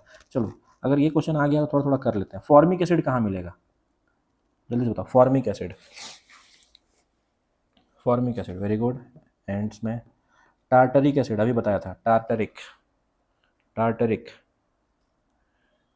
हाँ, तब उसको, उसका स्पेलिंग नहीं आता है मेरे को, मैं आपकी भाषा में लिख दे रहा हूँ, इमली। नेक्स्ट, ऑक्जेलिक, अभी बताया था, ऑक्जेलिक, टोमाटो, हाँ जोमाटो का भाई टोमाटो। चलिए, next, aqueous solution of an acid is good conductor of electricity due to the presence of, बताइए तो थोड़ा, फिजिक्स का क्वेश्चन है। किसी भी एसिड का एक्वस सॉल्यूशन गुड कंडक्टर होता है इलेक्ट्रिसिटी का, क्यों? Free atoms, free molecules, free neutron, free ions, क्या होगा? फिजिक्स में ही बताया था ये, फ्री आयोन्स।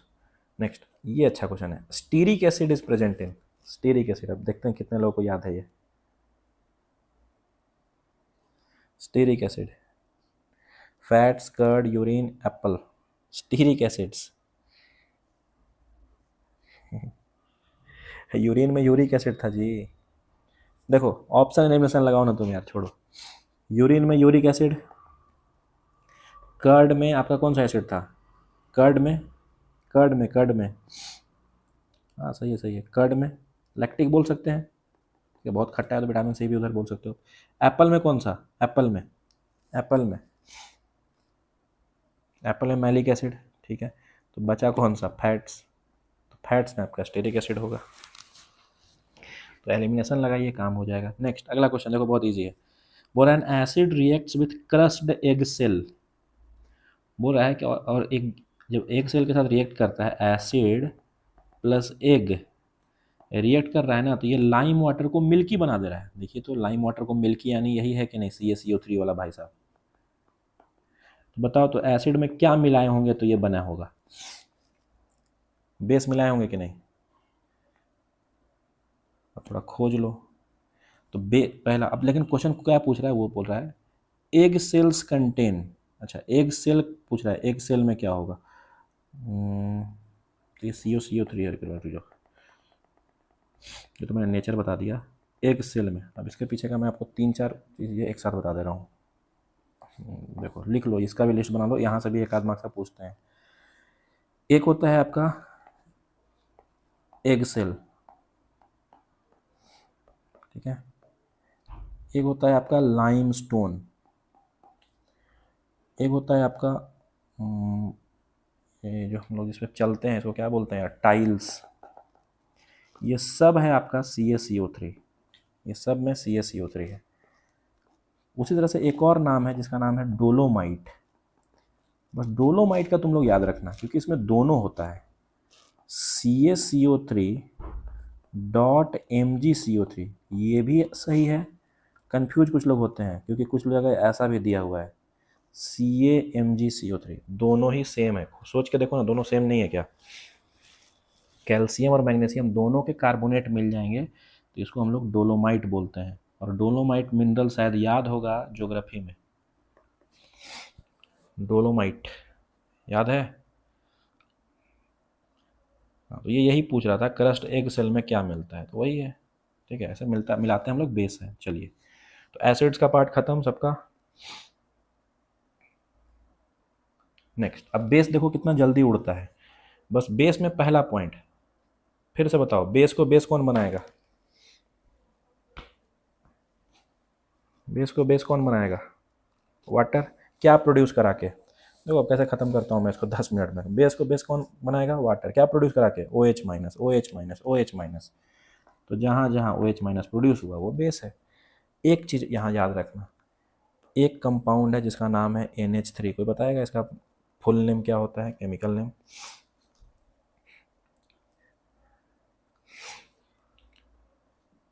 अमोनिया। इसमें O दिख रहा है क्या किसी को? इसमें O दिख रहा है क्या? नहीं, लेकिन जब ये पानी में मिलता है ना तब ये OH प्रोड्यूस करता है। जब पानी में मिलता है तब ये OH प्रोड्यूस करता है। तो क्या अगर ये OH प्रोड्यूस कर रहा है तो can we tell that this is also a base, yes और नो? और शायद अगर याद होगा आपको, शायद मैं जब NCERT का क्वेश्चन करा रहा था, ट्यूशन वालों को पता होगा, उस दिन ये क्वेश्चन आया था कि नहीं, अमोनिया वाला, कि अमोनिया एसिड है कि बेस है। तो याद रखना, अमोनिया इज ए बेस, ठीक है। वही चीज़ यहाँ पर लिखा हुआ है, अमोनिया, ठीक है। फिर से डमरू बज रहा है, 5 मिनट बजेगा फिर शांत हो जाएंगे। चलिए नेक्स्ट, बजा भी रहा है पूरे फुल इंटेंसिटी में एकदम, हाँ जी, क्या बात। चल ठीक है, ठीक है, ठीक है। नेक्स्ट, अब बताओ, बेस को बेस बनाने वाला OH माइनस है। अब मेरे को बताओ, OH माइनस जितना ज़्यादा प्रोड्यूस होगा उतना बेस स्ट्रॉन्ग होगा कि वीक होगा? OH minus strong.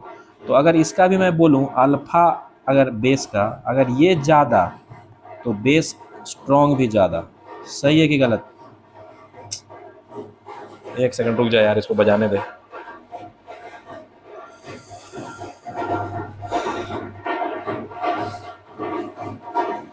सुन सुन मजे कर।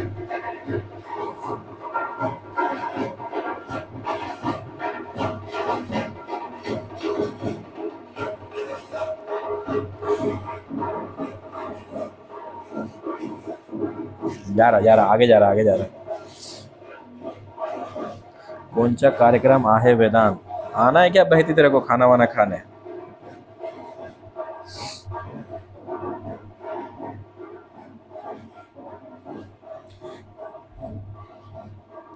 अरे उस घर में रोज प्रोग्राम हो रहा है, 3-4 दिन पहले भी था यार। बातचीत करना पड़ेगा। जिन घरों में रोज प्रोग्राम होते हैं उधर बातचीत बढ़ाने का। चलो ठीक है, आगे आते हैं।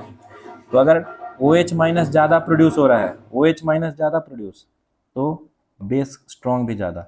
OH माइनस कम प्रोड्यूस तो बेस का स्ट्रेंथ भी कम होगा, यानी वीक बेस होगा। तो ज़्यादा OH प्रोड्यूस करने वाले 2 नाम याद रखिएगा। पहला आपका अपना, शुरू से जब से आपको याद होगा एसिड बेस पढ़ रहे हो तब से यही एक नाम है जो हर बार आता है, NaOH। और उसी तरह से एक और नाम है KOH। जब ये टूटता है पानी में जाने के बाद तो Na और OH माइनस देता है। आया बात समझ में सबको? वीक बेस कैसा टूटेगा? या तो टूटेगा ही नहीं या फिर बहुत कम टूटेगा, ठीक है, बहुत लेस कंसंट्रेशन। तो देखो ये अमोनियम हाइड्रोक्साइड है, ये भी OH दे रहा है लेकिन कम अमाउंट में देगा, तो कम देगा तो वीक बेस। आया बात समझ में? फिर से अब कंसंट्रेटेड, ज़्यादा पानी है 2 सॉल्यूशन में, जिसमें ज़्यादा पानी वो क्या हो गया? डाइल्यूट। जिसमें पानी कम है वो हो गया कंसंट्रेटेड। जो एसिड्स में है वही चीज़ बेस में है, बस अंतर कहाँ है? वहाँ H+ लिखते थे, यहाँ OH माइनस लिखेंगे। क्लियर हो गया सबको? क्लियर हो गया? चलिए बताइए, एसिड्स का टेस्ट सोर, तो इसका टेस्ट कैसा? बीटर। ये भी आपको वैसे ही मिलेगा सॉलिड्स और लिक्विड फॉर्म में। कलर, वो ब्लू लिटमस रेड देता था, ये रेड लिटमस ब्लू देगा। बेसेस भी अच्छा होता है इलेक्ट्रोलाइट्स, यानी इससे इलेक्ट्रिसिटी पास होगा, हाँ होगा। ये भी कोरोसिव नेचर का होता है। कोरोसिव मतलब अगर हाथ पे बेस गिर गया तो भी आपको जलन देना चालू करेगा। ऐसा नहीं है खाली एसिड से दूर रहना है, NaOH अगर किसी के इंसान पे हाथ पे गिरता है तो भी जलाएगा। और ये मैंने लाइव देखा है। ये NaOH गिरा था बेचारे पे, वो टीचर उसको हाथ में पानी वानी धो रहे हैं, उससे कोई फर्क नहीं पड़ रहा है, वो जलाता ही है। लास्ट में जाकर डॉक्टर के पास मिलना ही पड़ता है।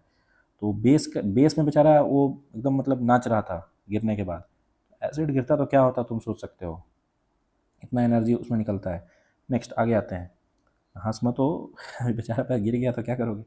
नेक्स्ट एक और चीज़, बेस टच करने पे सोपी नेचर का होता है। चैप्टर नंबर 4 लास्ट टॉपिक याद आया? सोप्स एंड मिसल्स, वहाँ पर भी बेस पढ़ाया गया था। कैल्शियम और मैग्नीशियम सब लिंक्ड है देखो। तो सोपी नेचर का होता है ये भी, ठीक है। आया बात समझ में? चलिए फिर से क्वेश्चन आइए। अब एक है अल्कली का कंसेप्ट, वो भी बता दे रहा हूँ। वैसा बेस जो पानी में डिजॉल्व हो जाए, सुन लेना, यहाँ से असरसन रीजन बनते हैं। वैसा बेस जो पानी में डिजॉल्व हो जाए, वो बेस जो पानी में डिजॉल्व हो, तो वो है सब नहीं, सब नहीं, उसको हम बोलेंगे अल्कली।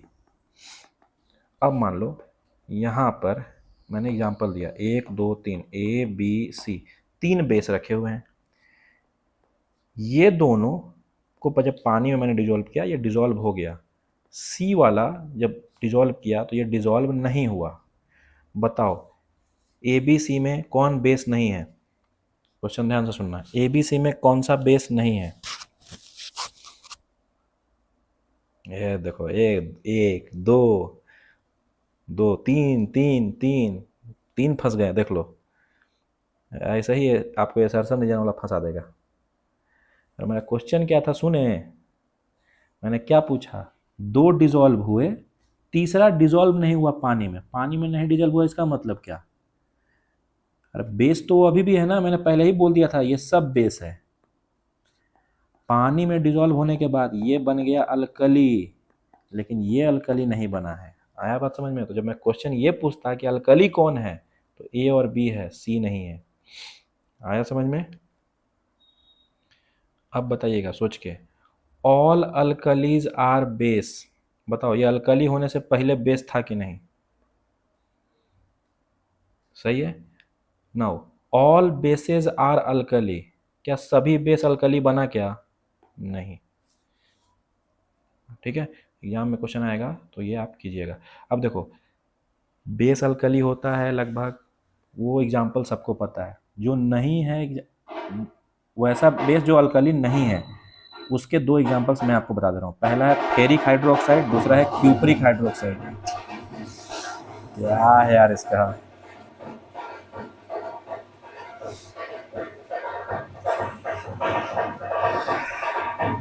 ये सोच, इस एरिया में अगर कल एग्जाम होता तो क्या होता।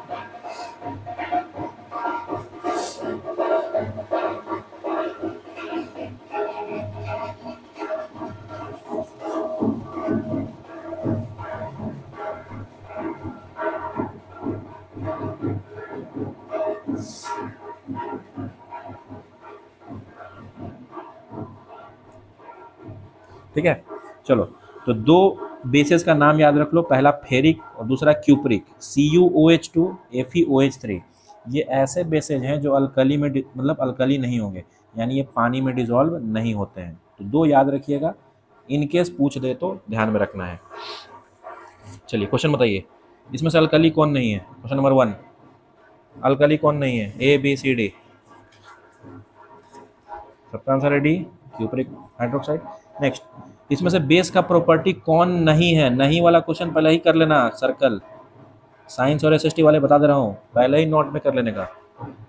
देखो, गुड इलेक्ट्रोलाइट होता है, सोपी टू टच होता है, कोरोसिव एक्शन होता है, सोर टेस्ट नहीं होता। सोर टेस्ट तो भैया आपके एसिड्स का होता है, तो पहला यही आंसर है। Metal carbonates on heating gives it's oxides which turns the litmus paper blue. बताओ, अगर कोई भी चीज़ ब्लू में कन्वर्ट कर दे तो क्या है वो?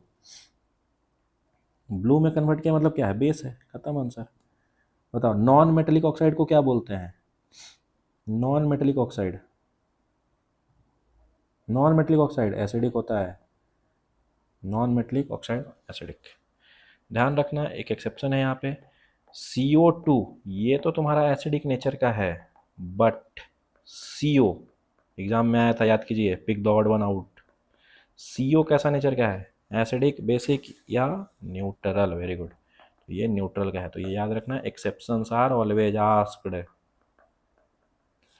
Chemistry means exception. खत्म, ये बता दिया मैंने। H2O टिकता नहीं है, H3O प्लस बना देता है। नाउ अब ये क्वेश्चन एक्सपेक्ट करो कि CBSE अच्छे विचारधारा में ये क्वेश्चन आपसे पूछेगी, कि एटलीस्ट साइंस का स्टूडेंट हो तो इतना जानना चाहिए। मान लीजिए आप कभी लैब इंचार्ज बन जाओ गलती से, टेक्नीशियन, पार्ट टाइम जॉब, तो आपको पता होना चाहिए एसिड में पानी मिलाना है कि पानी में एसिड मिलाना है। ठीक है, तो ये ध्यान देना। पहला, एसिड्स में पानी या पानी में एसिड कुछ भी मिलाओ, मिलेगा तो एसिड और पानी, और वो होता है एक एक्सोथर्मिक रिएक्शन। तो थोड़ा हम बचने के लिए एक काम करते हैं, पहले पूरा पानी नीचे रख लेते हैं और उसमें एसिड ड्रॉप बाय ड्रॉप डाल रहे हैं। अब इससे हो क्या रहा है, देखो इसको डीप में थोड़ा देखो। इस पूरे पानी को मैंने एक ड्रॉप डाला तो एक ही ड्रॉप मिला कि नहीं? इसको एसिड एक ड्रॉप मिला, इतना पानी है, और धीरे धीरे इसको स्टीयर कर रहे हैं, स्टीयर करते जा रहे हैं, तो सब जगह मिल रहा है, तो थोड़ा सा हीट जो निकलेगा वो सब जगह डिसिपेट होगा। अब तुम उल्टा कर दिए, पूरा एसिड रखे हो नीचे और उसमें लगे तुम पानी डालने। एसिड बेचारा जब तक शांत था तब तक शांत था, पानी डालते के साथ सब पानी पे टूट पड़ेगा कि नहीं एक साथ? और एसिड्स का दबदबा ज़्यादा है तो वो आपको दिक्कत कर देगा। इसीलिए अब इसको इंग्लिश में समझते हैं, the process of dissolving an acid और base in water is highly exothermic process, बहुत ज़्यादा हीट निकलता है। इसीलिए टू अवॉइड स्प्लैश, स्प्लैश मतलब बाहर वो छलक के गिर जाएगा, अगर आप पे गिर गया तो फिर आप गिरने लायक भी नहीं रहिएगा, या फिर एक्सप्लोजन अगर होता है, इससे बचने के लिए हम एसिड्स और बेस को पानी में मिलाते हैं। यानी एसिड्स को बाहर रखेंगे, पानी पहले रख लेंगे, और ड्रॉप बाय ड्रॉप इसमें मिलाएंगे, और साथ में हम कांस्टेंट स्टीयरिंग करते हैं सो दैट पूरा पानी में वो मिल जाए। तो उससे हीट जो निकलेगा ना, वो पानी धीरे धीरे उसको ठंडा करते जाएगा, तो आपको खतरा कम होगा। आया बात समझ में? क्लियर है सबको?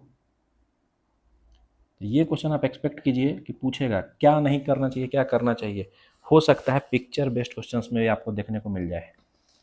4 पिक्चर दे देगा, बोलेगा कौन सा सही प्रोसेस है। इसमें तीसरा पिक्चर बन सकता है एक साथ कि 2 हाथ दे देगा, ऐसा 2 हाथ लगा के, मेरे को हाथ बनाने नहीं आता है, इधर से एसिड गिरा रहा है, इधर से एक हाथ से पानी गिरा रहा है। अब बोलेगा तीनों में से कौन सही है, तो आपको ध्यान रखना है। नाउ अब आते हैं जो क्वेश्चंस आपके जो पूरा चैप्टर पढ़े उसके एप्लीकेशंस पे। देखो जो वाष्प होता है, देखो ध्यान से, यहाँ पर मैं थोड़ा सा डिलीट कर ले रहा हूँ इसको। जो वाष्प होता है वो ऐसा दिखता है, देखो मैंने तो लगा दिया फोटो, काटने के बाद हम पकड़ के थोड़ी इसको देख रहे हैं कि तुम कैसे दिखते हो, वाष्प हो कि भाई बी हो। इसीलिए अब पढ़ तो लेते हैं, लेकिन इसलिए हम लोग डॉक्टर नहीं बन सकते हैं ना, इधर डॉक्टर का काम डॉक्टर ही करेगा। तो वाष्प क्या है, देखो जो बी का स्टिंग है ना, कोई भी बी हो, उसके स्टिंग्स एसिडिक होते हैं, ठीक है, इसके स्टिंग्स एसिडिक होंगे। और यहाँ पर जो वाष्प है, हाँ अब ठीक है, यहाँ पर जो वाष्प है इसका स्टिंग होता है बेसिक। अब बताओ अगर एसिडिक आपको कोई चीज़ गिरा है आपके ऊपर, तो तुम एसिड लगाओगे तो और दिक्कत करेगा कि नहीं? हमको करना होता है फिर न्यूट्रलाइज, और न्यूट्रलाइज करते हैं हम, इसके उल्टा नेचर को हम बनाते हैं, फिर इस पर फिर हम उल्टा नेचर। तो अगर गिरा एसिडिक है तो हम लगाएंगे अपने बॉडी पर, रगड़ेंगे बेस, और अगर आया है बेसिक नेचर तो हम इसमें थोड़ा सा रगड़ेंगे एसिड। अब एसिड रगड़ेंगे इसका मतलब HCl नहीं रगड़ देंगे, और इसीलिए यहीं से कंसेप्ट आता है pH। अब देखेंगे pH में क्या होता है। ये मतलब एक चीज़ समझ में आ रहा है कि इन लोग जब कट करते हैं, आपको काटते हैं, स्टिंग लगाते हैं, तो इनके जो स्टिंग्स में वो जो जहर जिसको बोल सकते हो, या फिर जो उसके डंक जो बोलते हो, उसका नेचर के अनुसार हम इसको न्यूट्रलाइज करते हैं। तो अब एक चीज़ देख लीजिए, तो अगर स्टिंग ऑफ वास्प जो कि क्या कंटेन करता है, अल्कली बेस, तो इसके लिए हम वीक एसिड्स यूज करेंगे। जैसे घर में इजीली प्रेजेंट होता है आपका CH3COOH, यानी विनेगर, पनीर बनाने के लिए भी यूज़ करते हैं, और आपको बताया जिम वाले यूज़ करते हैं, तो वो थोड़ा सा हम हाथों से धो लेंगे तो सही हो जाएगा। दूसरा है, अगर मान लीजिए किसी एंट ने काटा आपको, यहाँ पॉइंट है देखो, एंट ने या बी ने, इसमें होता है फॉर्मिक एसिड। तो अगर ये फॉर्मिक एसिड है तो हम इसको क्या करेंगे, हम इसको कोई बेस यूज करेंगे, और बेस जनरली सस्ता वाला बेस यूज करेंगे, यानी वीक बेस। क्यों? क्योंकि देखो फॉर्मिक एसिड भी आपका सस्ता वाला एसिड है, ऐसा नहीं है कि HCl आ गया है तो आप NaOH यूज कर लोगे। तो आप नॉर्मल कोई भी बेस तो घर में इजीली अवेलेबल होता है साबुन में, अभी बताया आपको, तो हम साबुन से धो लेते हैं। यही रीज़न है कि एक बार मेरे को अटैक किया था यूसुफ के घर के बाहर एंट्स ने, तो मैं आके घर में साबुन से धो रहा था उसको, ठीक है, लेकिन बहुत कष्ट देता है, जल्दी काम नहीं करता है। आ गया बात समझ में? तो ये पूरा खेल क्या ऐसा है कि नहीं, देखो तो अगर मोदी जी कट किए हैं, मोदी जी का राज चल रहा है, तो इनको भगाने के लिए इनका एंटी लाना होगा। जैसे जब कांग्रेस राज कर रहा था तो इसको भगाने के लिए एंटी कांग्रेस मूवमेंट चलाया हमने।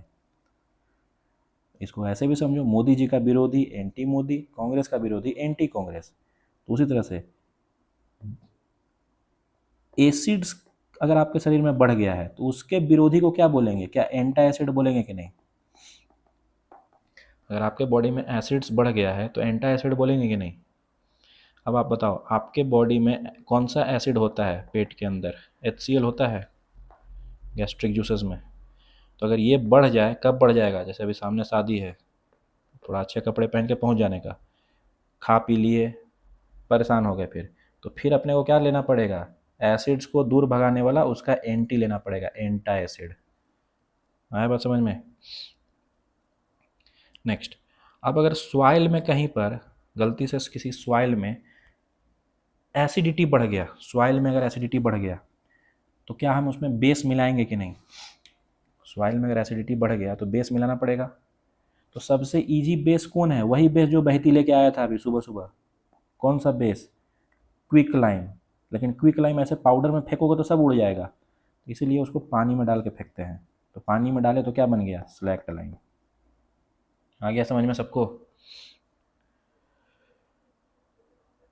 अब यहाँ से 1 मार्क का MCQ याद रखिएगा।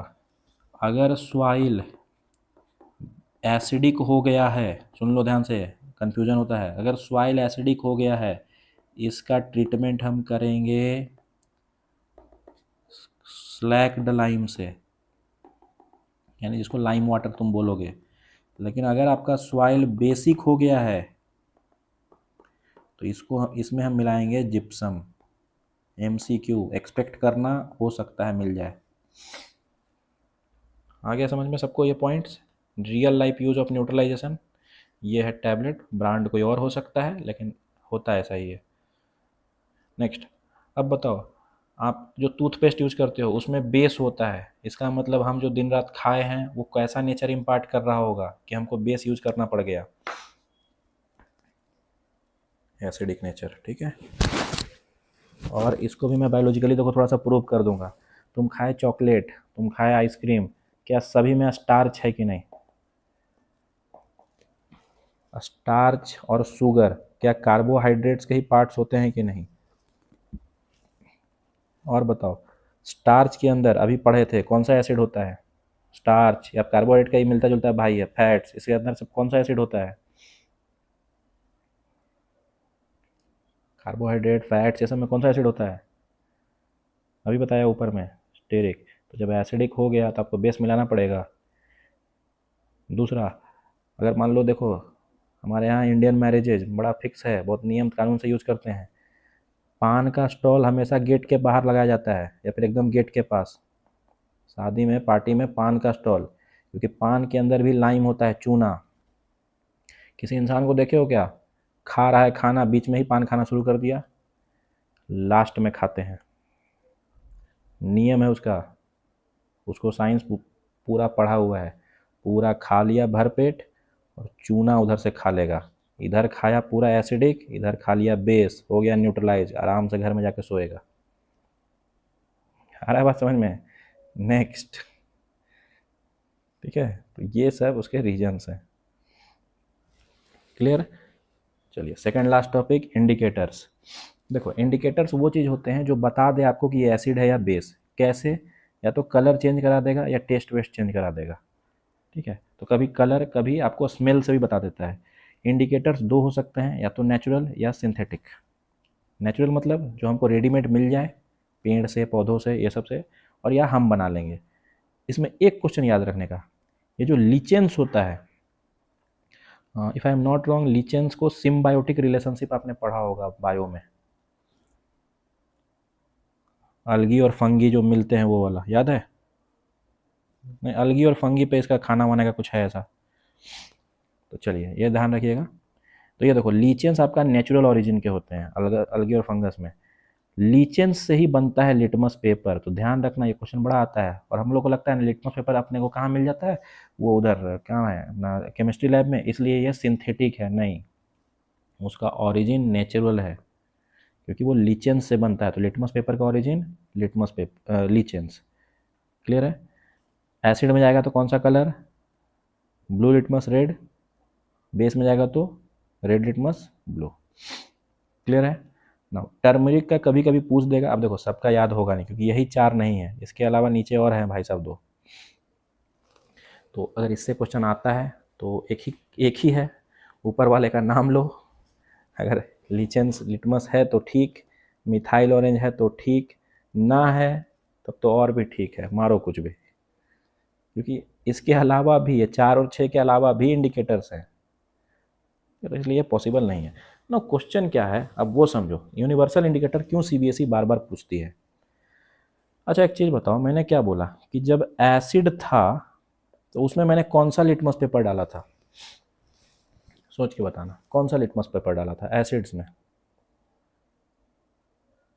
ब्लू। और अगर मान लो मैं रेड लिटमस डाल दिया तो ये तो कलर ही शो नहीं करेगा ना। रेड लिटमस अगर डाला तो रेड ही रह जाएगा, रेड लिटमस डाला तो रेड रह जाएगा। करेक्ट है? अब बताओ, कोई इंसान को तुम बोले अरे भाई चेक करके बता इसमें एसिड है कि नहीं, सुनना क्वेश्चन ध्यान से, इसमें एसिड है कि नहीं, और तुम उसको गलती से दे दिए रेड लिटमस, बेचारे ने डाल दिया रेड लिटमस, बोला कि कलर चेंज नहीं हुआ, रेड रेड ही रह गया, गड़बड़ है, एसिड नहीं है, ये फर्जी है, और अंदर में था HCl, तो रेड का रेड ही रह गया, कलर चेंज तो हुआ नहीं। अब बताओ क्या it can be dangerous, yes और नो? अगर ये फिलॉसफी मैं यूज़ करूँ, red litmus blue, blue litmus, तो गड़बड़ हो सकता है या नहीं? क्या इसमें ऐसा नहीं लगता है थोड़ा सा हमको चोरी करना सिखा रहा है हमारा सिलेबस, कि पहले से तुमको बता दे रहा है कि बाबू ये एसिड है, तुम चेक करके देख लो, पहले ही तुमको बोल रहा है एसिड है ना, इसलिए ब्लू लिटमस डालना है इसमें, क्या पहले ही से हिंट दे रहा है कि नहीं? लेकिन इंडिकेटर या अंपायर कैसा होना चाहिए, क्या न्यूट्रल होना चाहिए कि नहीं अंपायर्स? इसलिए देखना अभी चैंपियंस ट्रॉफी के मैचेज होंगे, तुम देखना इंडिया और पाकिस्तान का मैच होगा तो अंपायर इंडिया पाकिस्तान का नहीं होगा, वो श्रीलंका से धर्मसेना को बुलाएगा, बड़ा फेमस अंपायर है, ठीक है। और एक वो वाला है, जब जब हारा है इंडिया जो नहीं रहता था धोनी का रनआउट में, वो एक वो होगा पक्का, वो सबसे अपशगुन वही है हम लोग का, उनको बुलाते हैं, इंडिया वाले अंपायर को नहीं बुलाते, ऐसा तो इंडिया वाले जा भी नहीं रहे बेचारे, तो इंडिया पाकिस्तान में नहीं बुलाते हैं, क्यों भाई? पाकिस्तान का अंपायर खड़ा कर दियो इंडिया पाकिस्तान के मैच में, कहीं ना कहीं से तो थोड़ा सा तो इमोशन जाग ही जाएगा, और वो क्या करेगा, वो सबसे पहले आउट दे देगा विराट कोहली को, जाओ शुभमन गिल को आउट दे दिया, गए हो तुम, ठीक है। इसीलिए ये जो तरीका है ना, ब्लू लिटमस रेड लिटमस, ये सही नहीं है। तो फिर इन सभी लिटमस पेपरों की मीटिंग बैठी, सभी इंडिकेटर्स की मीटिंग बैठी कि भाई एक ऐसा काम करो, इंडिकेटर ऐसा होना चाहिए कि कोई भी सॉल्यूशन में डाले ना तो फटाक से आंसर बता दे, ये नहीं कि पहले ही से तुम उसको बता दिए कि ये एसिड है इसमें ये डालना तो ऐसा हो जाएगा। अरे हमको तब पता, अच्छा इंडिकेटर तो वो होता है ना हमको कुछ भी नहीं बताया है और तब आंसर आ रहा है, ये ठीक वैसा ही है। मैंने मान लो पूरा पेपर तुमको लिख करके दे दिया, कल टेस्ट ले रहा हूँ क्लास टेस्ट, और पूरा पेपर दे दिया और फिर बोल रहा हूँ ये देखो नामदेव टॉप कर गया, इसमें टॉप किया है कि करवा दिया मैंने? और तेज उसको बोलते हैं ना जो बिना पेपर देखे सॉल्यूशन किए। इसीलिए कंसेप्ट आता है यूनिवर्सल इंडिकेटर का, सुनना ध्यान से, ये जितने मीटिंग बैठी सबने मिल के बनाया, इसको बोलते हैं मिक्सचर, सबने मिल के कुछ प्रोपोर्शन में डाला, अलग अलग इंडिकेटर्स को मिला के बनाया गया एक यूनिवर्सल इंडिकेटर जो सभी जगह काम करता है। कैसे? Litmus and others can tell us the given solution is acidic basic, but एक और चीज़ था इन इंडिकेटर के साथ, क्या ये कहीं बता रहा था क्या कोई भी आपका लिटमस पेपर फेनोक्सिलिन, क्या ये बता रहा था क्या कि कोई एसिड स्ट्रॉन्ग है कि वीक है? वो तो तुम कोई भी एसिड में डालो, चाहे तुम HCl में डालो चाहे विनेगर में डालो, दोनों में तो सेम ही वो रेड कलर दिखा रहा था।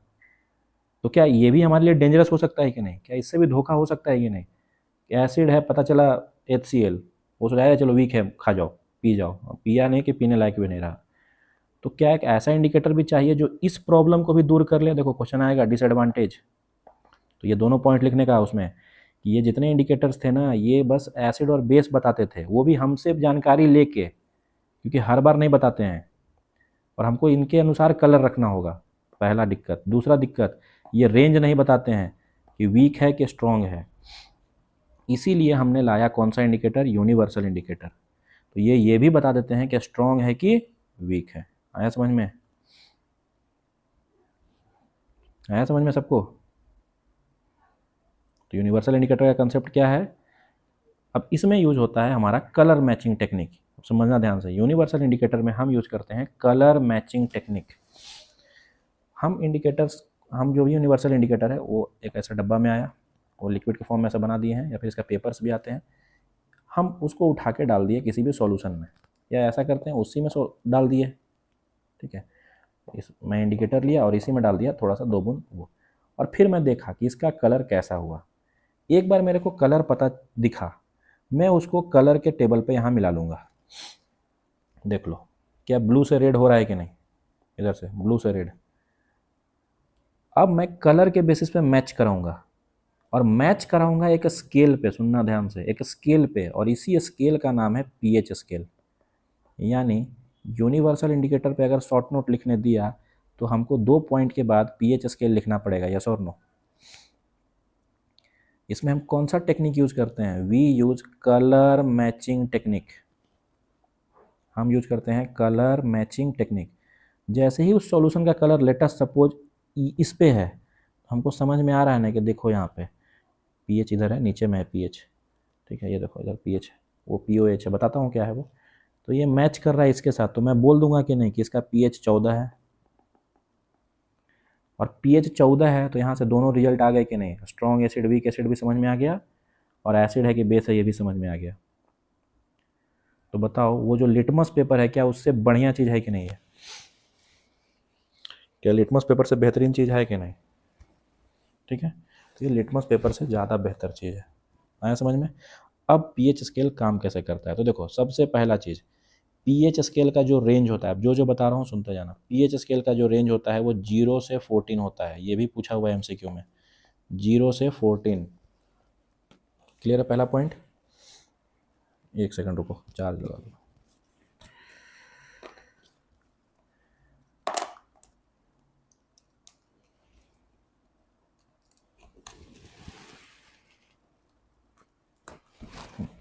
तो पीएच का रेंज 0 से 14, 0 से 14 पूरा।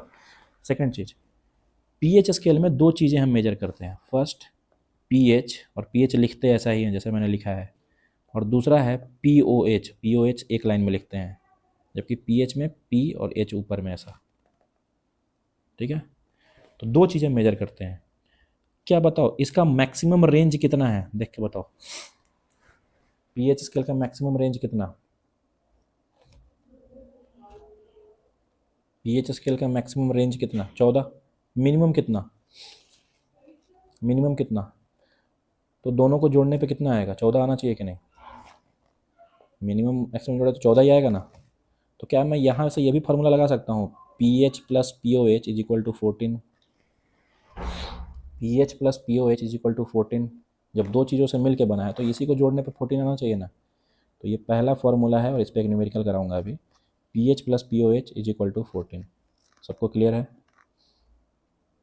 नाउ जब भी पी एच स्केल आपको पूछे ऐसा जेड बनाने का, अब देखो ऐसा जेड बनाने का पूरा बड़ा सा, और देखो थोड़ा ध्यान से,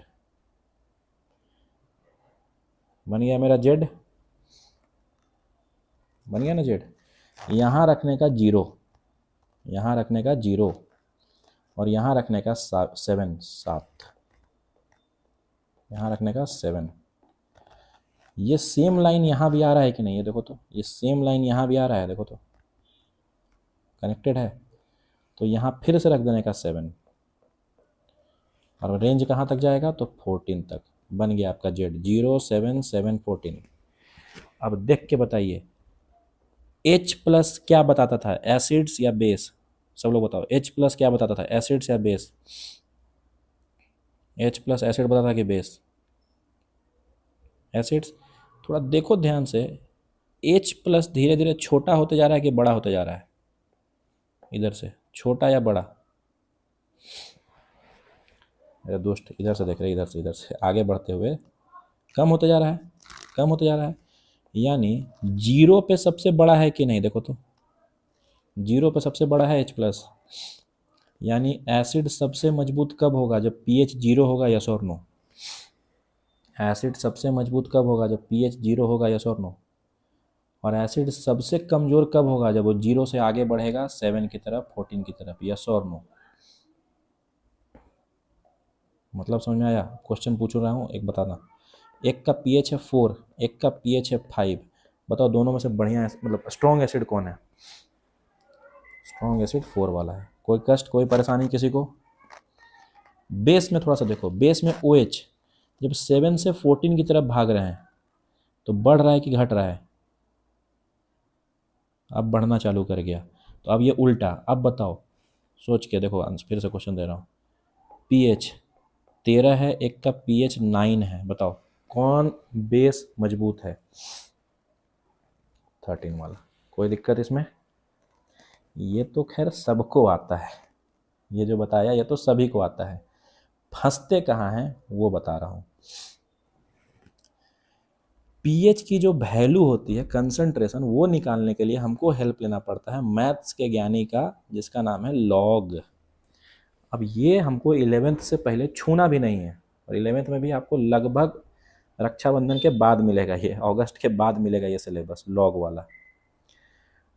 लेकिन क्वेश्चन आता है, याद कीजिए फर्स्ट क्लास टेस्ट में ये क्वेश्चन आया था 10⁻³ जो गलती से ये छप गया था 10-3, तो कुछ लोग किए 10-3 7 आया था।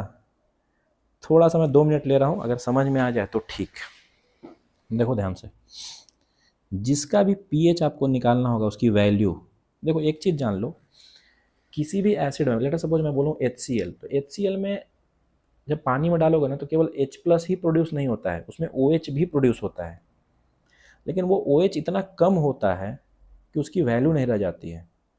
ठीक है, उसकी वैल्यू नहीं रह जाती है, बहुत मतलब बहुत उसके सामने बहुत कम है, वो बहुत उसका बहुत लेवल कम हो जाता है।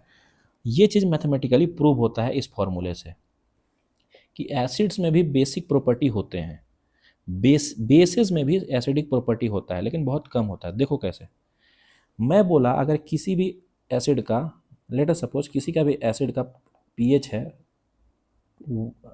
0 से शुरू कर रहा हूँ, तो मैं जब इसका कितना कंसंट्रेशन है ये लिखने के लिए क्या करूँगा, जो भी पावर है ना इस पे इसको 10 के ऊपर लिख दूंगा माइनस में।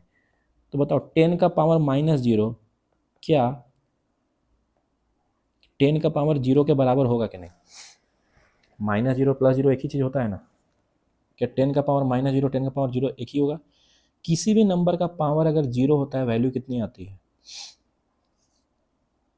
1 आ गया। यानी जिसका pH 0 होता है, जैसे मैंने बताया H2SO4, जो आपके बैटरी में जो एसिड होता है जिसको हम लोग शुद्ध हिंदी में तेजाब बोलते हैं, उसी का pH होता है ये 0। ठीक है, यहाँ देखो लिस्ट दिया हुआ है, ये बैटरी वाला, उसका pH होता है 0। ठीक है, अब बताओ pH उसका 0 है, वैल्यू कितनी है? 1 है। यहाँ तक किसी को डाउट है? इसके बाद बस एक पॉइंट बताऊंगा और देखो सब क्लियर हो जाएगा। pH 0 है तो वैल्यू कितना? 1 आ गया। थोड़ा सा pH मैं बढ़ा रहा हूँ, मैं ले रहा हूँ अब pH 1। pH 1 किसका होता है देखते हैं थोड़ा इधर। देखो pH में आपके जो स्टोमक में जो एसिड है जिसका नाम है HCl, इसका pH 1 आ गया। अब बताओ pH अगर 1 है तो वैल्यू कितनी होगी? 10 का पावर -1 होगा कि नहीं? देख के बताओ, 10 का पावर -1। अगर किसी नंबर का पावर माइनस में है तो इसको मैं नीचे लेके जाऊं तो 10 का पावर +1 हो जाएगा। बताओ तो 10 का पावर +1 हो जाएगा। 10 का पावर +1 को क्या मैं 1/10 लिख सकता हूँ? +1 हटा सकता हूँ ना डायरेक्ट। बताओ 1/10 क्या 0.1 होता है कि नहीं? 0.1 होता है कि नहीं? ना, एक और लेता हूँ बस लास्ट, pH लेता हूँ मैं 2। वैल्यू क्या होगा? 10 का पावर -2। नीचे आएगा तो 10 का पावर +2। क्या इसको 100 लिख सकते हैं? क्या इसको फिर ऐसा 0.01 भी लिख सकते हैं कि नहीं? अब थोड़ा देख के बताना, दिमाग लगा के। 1 बड़ा है, 0.1 बड़ा है या 0.001 बड़ा है? 1 बड़ा है। धीरे धीरे हर बार 10 गुना ये कम होते जा रहा है कि नहीं? 10 इंटू में कम हो रहा है कि नहीं हर बार? और ये वैल्यू कम हो रहा है। अब तुम अपने कॉमन सेंस से बताओ, जिसका pH 2 है और जिसका pH 0 है, दोनों का वैल्यू में 100 टाइम्स का डिफरेंस आ रहा है कि नहीं? इसका मतलब जिसका pH 2 है, जैसे लेमन से वो जो आपका बैटरी का जो एसिड है वो 100 गुना ज़्यादा, बताना मेरे को आंसर, खतरनाक है कि 100 गुना ज़्यादा, मतलब या कौन, अच्छा खतरनाक कौन हुआ ऐसे बता दो। लेमन से बैटरी 100 गुना ज़्यादा है, तो कौन सा ज़्यादा डेंजरस है, बैटरी या लेमन? बैटरी। क्यों 100 टाइम्स क्यों हुआ? क्योंकि देखो इसका कंसंट्रेशन निकल के आ रहा है। ये आया बात समझ में? कंसंट्रेशन सबको समझ में आ गया? तो ये है एक्चुअली फंडा। अब प्रॉब्लम यहाँ भी नहीं आता है, प्रॉब्लम अब शुरू होगा। अब तुमसे पूछा, मैंने क्या बोला कि जिसमें एसिड है उसमें बेस भी होता है, उसमें OH भी होता है, तो क्या ये जिसमें 0 वाला है क्या इसमें भी बेस होगा कि नहीं? ये जो बैटरी है इसमें भी बेस होना चाहिए कि नहीं? कितना बेस होगा बताओ, ध्यान से देखना। pH कितना है इसका? pH 0 है कि नहीं बैटरी वाले का? और मैंने क्या बोला था, पीएच प्लस पीओएच कितना होता है? पीएच प्लस पीओएच कितना होता है? 14 होता है। तो अगर पीएच 0 है तो पीओएच कितना होगा? पीओएच कितना होगा? 14 होगा। तो अगर पीओएच मान लो, पीओएच क्या बताता है? बेसिक प्रॉपर्टी बताता है। तो वैल्यू थोड़ा देखते हैं, पीओएच की वैल्यू क्या लिखेंगे? 10 का पावर -14 लिखेंगे, यस और नो? तो क्या मैं इसको 10 का पावर +14 ऐसे लिख सकता हूँ? तो क्या इस पे मैं 14 टाइम्स 0 लिखूंगा? देखो ध्यान से, 3 3 6 3 9 11 3 14, बताओ कितना ज़्यादा बेस है इसमें, दिख रहा है तुमको? H2SO4 बैटरी वाले में क्या बेस कितना ज़्यादा है, दिख रहा है कि नहीं? 1 का भगवान जाने कितने होंगे, इकाई दहाई सैकड़ा हजार 10,000 लाख 10 लाख करोड़ 10 करोड़ अरब 10 अरब खरब, उसके बाद तो आता भी नहीं है मेरे को। सोचो कितना ज़्यादा बेस है इसमें। वो हाँ, वो इंग्लिश वाला नहीं जानता है सर, हम लोग हिंदी मीडियम। आया समझ में? तो बेस होगा लेकिन कितना होगा? इतना होगा, देख लीजिए। क्लियर है? अब उल्टा में मैं लास्ट बताता रहा हूँ, फिर भागता हूँ जल्दी से। अब देखो, एग वाइट, अब कुछ वेजिटेरियन विचारधारा के होंगे वो भड़क जाएंगे, लेकिन क्या करोगे, यही क्वेश्चन है। एग वाइट में, एग वाइट आपका 9 होता है इसका पीएच, ठीक है? पीएच कितना बोला मैंने? 9 होता है। आपको एक चीज़ पता चल गया होगा, 7 से ऊपर जाता है तो बेस होता है, सबको पता होगा। तो बेस है। क्वेश्चन क्या है, क्या एग वाइट में भी एसिडिक प्रॉपर्टी होगा कि नहीं? तो आंसर है होगा। अगर बेस है तो एसिडिक भी होगा, लेकिन कितना होगा निकालो। पीएच 9 है, पीएच 9 है, तो पीओएच कितना होगा ये बता दो।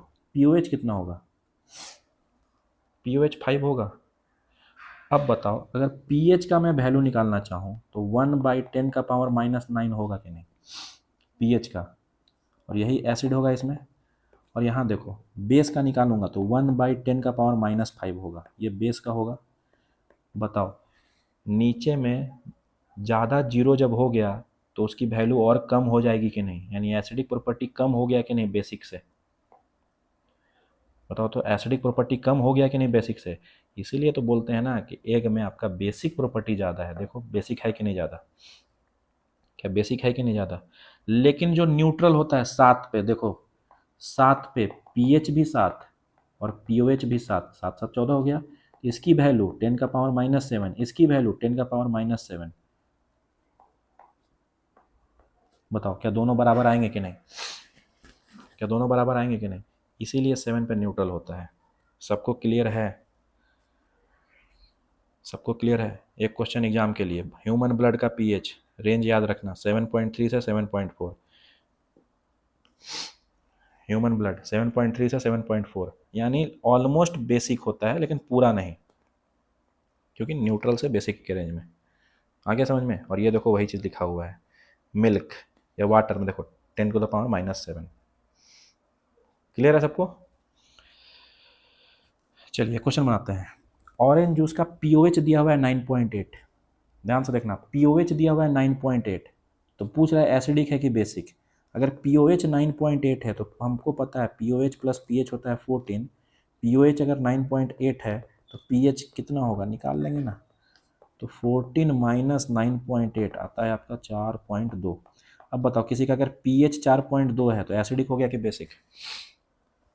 एसिडिक हो गया कि बेसिक?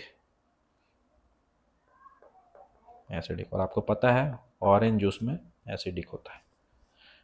कोई कष्ट परेशानी किसी को? अब देखो 30 सेकंड्स वाले पॉइंट्स हैं, 10 मिनट मेरे पास है और लास्ट खत्म कर दूंगा। अब बताओ, आपके घर में 2 शेर हैं, H+ शेर और एक OH- शेर। मान लो रात में मैंने H+ वाले को खिला पिला दिया बढ़िया से, H+ वाला मजबूत हो गया, तो सवा शेर कौन बनेगा? सवा शेर घर किसके नाम से जाना जाएगा? H+ के नाम से, यस और नो? H+ के नाम से। तो अगर H+ मजबूत हो गया तो जो सॉल्ट बनेगा उसका बोलेंगे एसिडिक सॉल्ट। कोई दिक्कत इसमें? H+ ज़्यादा तो एसिडिक, अगर OH माइनस ज़्यादा तो बेसिक, कोई दिक्कत, और दोनों ही बराबर हो गए तो न्यूट्रल। खत्म। चलिए क्वेश्चन बनाइए। Neutralisation is an exothermic, endothermic, reversible, equilibrium process. Neutralisation, ये एक काम करो ना, इसका स्क्रीनशॉट लो ना, तुम लोग बना के भेजना मेरे को, लास्ट टॉपिक को पढ़ा दे रहा हूँ, जल्दी से लो तो स्क्रीनशॉट। ये 3 तक काउंट कर रहा हूँ, 1 2 3, 1 2 3। चलो इसको बना लेना एक बार। चलिए अब आते हैं सॉल्ट्स। सॉल्ट्स आपको बता दिया मैंने, acidic salt, basic salt, neutral salt. Salt बनता कब है? जब एसिड प्लस बेस मिलता है, ठीक है। अब सॉल्ट्स में जो हमको पढ़ना है वो है यहाँ पे, ध्यान दीजिएगा, ये भी वही सेम चीज़ है, 3 जगह लिखा हुआ है। इंपॉर्टेंट सॉल्ट्स, पहला है सोडियम क्लोराइड, ध्यान देना। इसके 3-4 नाम हैं, कॉमन सॉल्ट, टेबल या रॉक सॉल्ट और न्यूट्रल सॉल्ट। ये एपिसोड सबको याद होगा, ठीक है। जिसको बोला गया था 1 kg सोडियम क्लोराइड चाहिए, तो बेचारा इससे पूछ रहा है क्या कहाँ मिलेगा, ठीक है। तो नहीं पढ़े लिखे रहोगे तो ऐसा ही होगा। तो सोडियम क्लोराइड को NaCl बोलते हैं। बनता कैसे है? लैब में बनाते हैं NaOH प्लस HCl से NaCl प्लस H2O, सबको पता है ये रिएक्शन। इसके अलावा पढ़े हैं हिस्ट्री में आप लोग, वो भी यहाँ लिखना है। लार्ज स्केल प्रोडक्शन ऐसे ही होता है। सी वाटर में क्या करती है? इवापोरेशन कर दी है, सॉल्ट बच गया, सॉल्ट के साथ साथ कुछ इम्प्यूरिटीज़ भी बच गया, इम्प्यूरिटीज़ को हम साफ सफाई कर लिए और उसमें आयोडीन डाल दिए। ये वही आयोडीन है, क्या पढ़े हो इसके बारे में, याद कीजिए। Iodine is dash at room, क्या पढ़े हो? आयोडीन, आयोडीन, रे रे दुष्ट रे, मेटल नॉन मेटल से पूछ रहा हूँ रे, केमिस्ट्री में आयोडीन के बारे में कुछ पढ़े हो कि नहीं? Lustrous, very good. आयोडीन में लस्चरस प्रॉपर्टी होता है। ग्वाइटर वो तो बीमारी है, ठीक है। तो ये है गांधी जी बाबा, इनका बाद में रिवीजन कराऊंगा, कितने मेंबर्स थे, पूरा SST करेंगे, टेंशन मत लो। चलिए, यूज ऑफ कॉमन सॉल्ट कहाँ कहाँ यूज करते हैं? घर में खाना बनाने के लिए, अचार में डालने के लिए, साबुन सरफ बनाने के लिए, सब में यूज करते हैं। पूरा कहानी यहाँ लिखा हुआ है, पढ़ते रहना बैठ के। सबसे इम्पोर्टेंट CBSE का फिक्स्ड क्वेश्चन, क्लोर अल्कली प्रोसेस। ये देखो मैंने एक लिखा है ब्राइन, KNS में लास्ट ईयर बड़ा इसका हवा बना था एक, अचानक से पूछ दिया गया एग्जाम में ब्राइन क्या होता है, सब पगला गया, ये ब्राइन होता क्या है। इस बार नहीं पूछा गया। तो ब्राइन मतलब नमक वाला पानी, तो अगर सॉल्ट वाटर आपका है NaCl तो उसको ब्राइन सॉल्यूशन बोलते हैं। क्लियर? अब देखो ध्यान से, जब भी ब्राइन को हम पास करेंगे, ब्राइन सॉल्यूशन में अगर इलेक्ट्रिसिटी पास करेंगे तो वो टूटता है, ठीक है, और वो टूट के 2-3 चीज़ें आपको प्रोड्यूस करवाएगा। अब उस पर मैं बाद में आऊँगा, पहले जो होता है वो देख लेते हैं। तो इसके लिए मेरे पास एक वीडियो है, वो पहले आप देखो।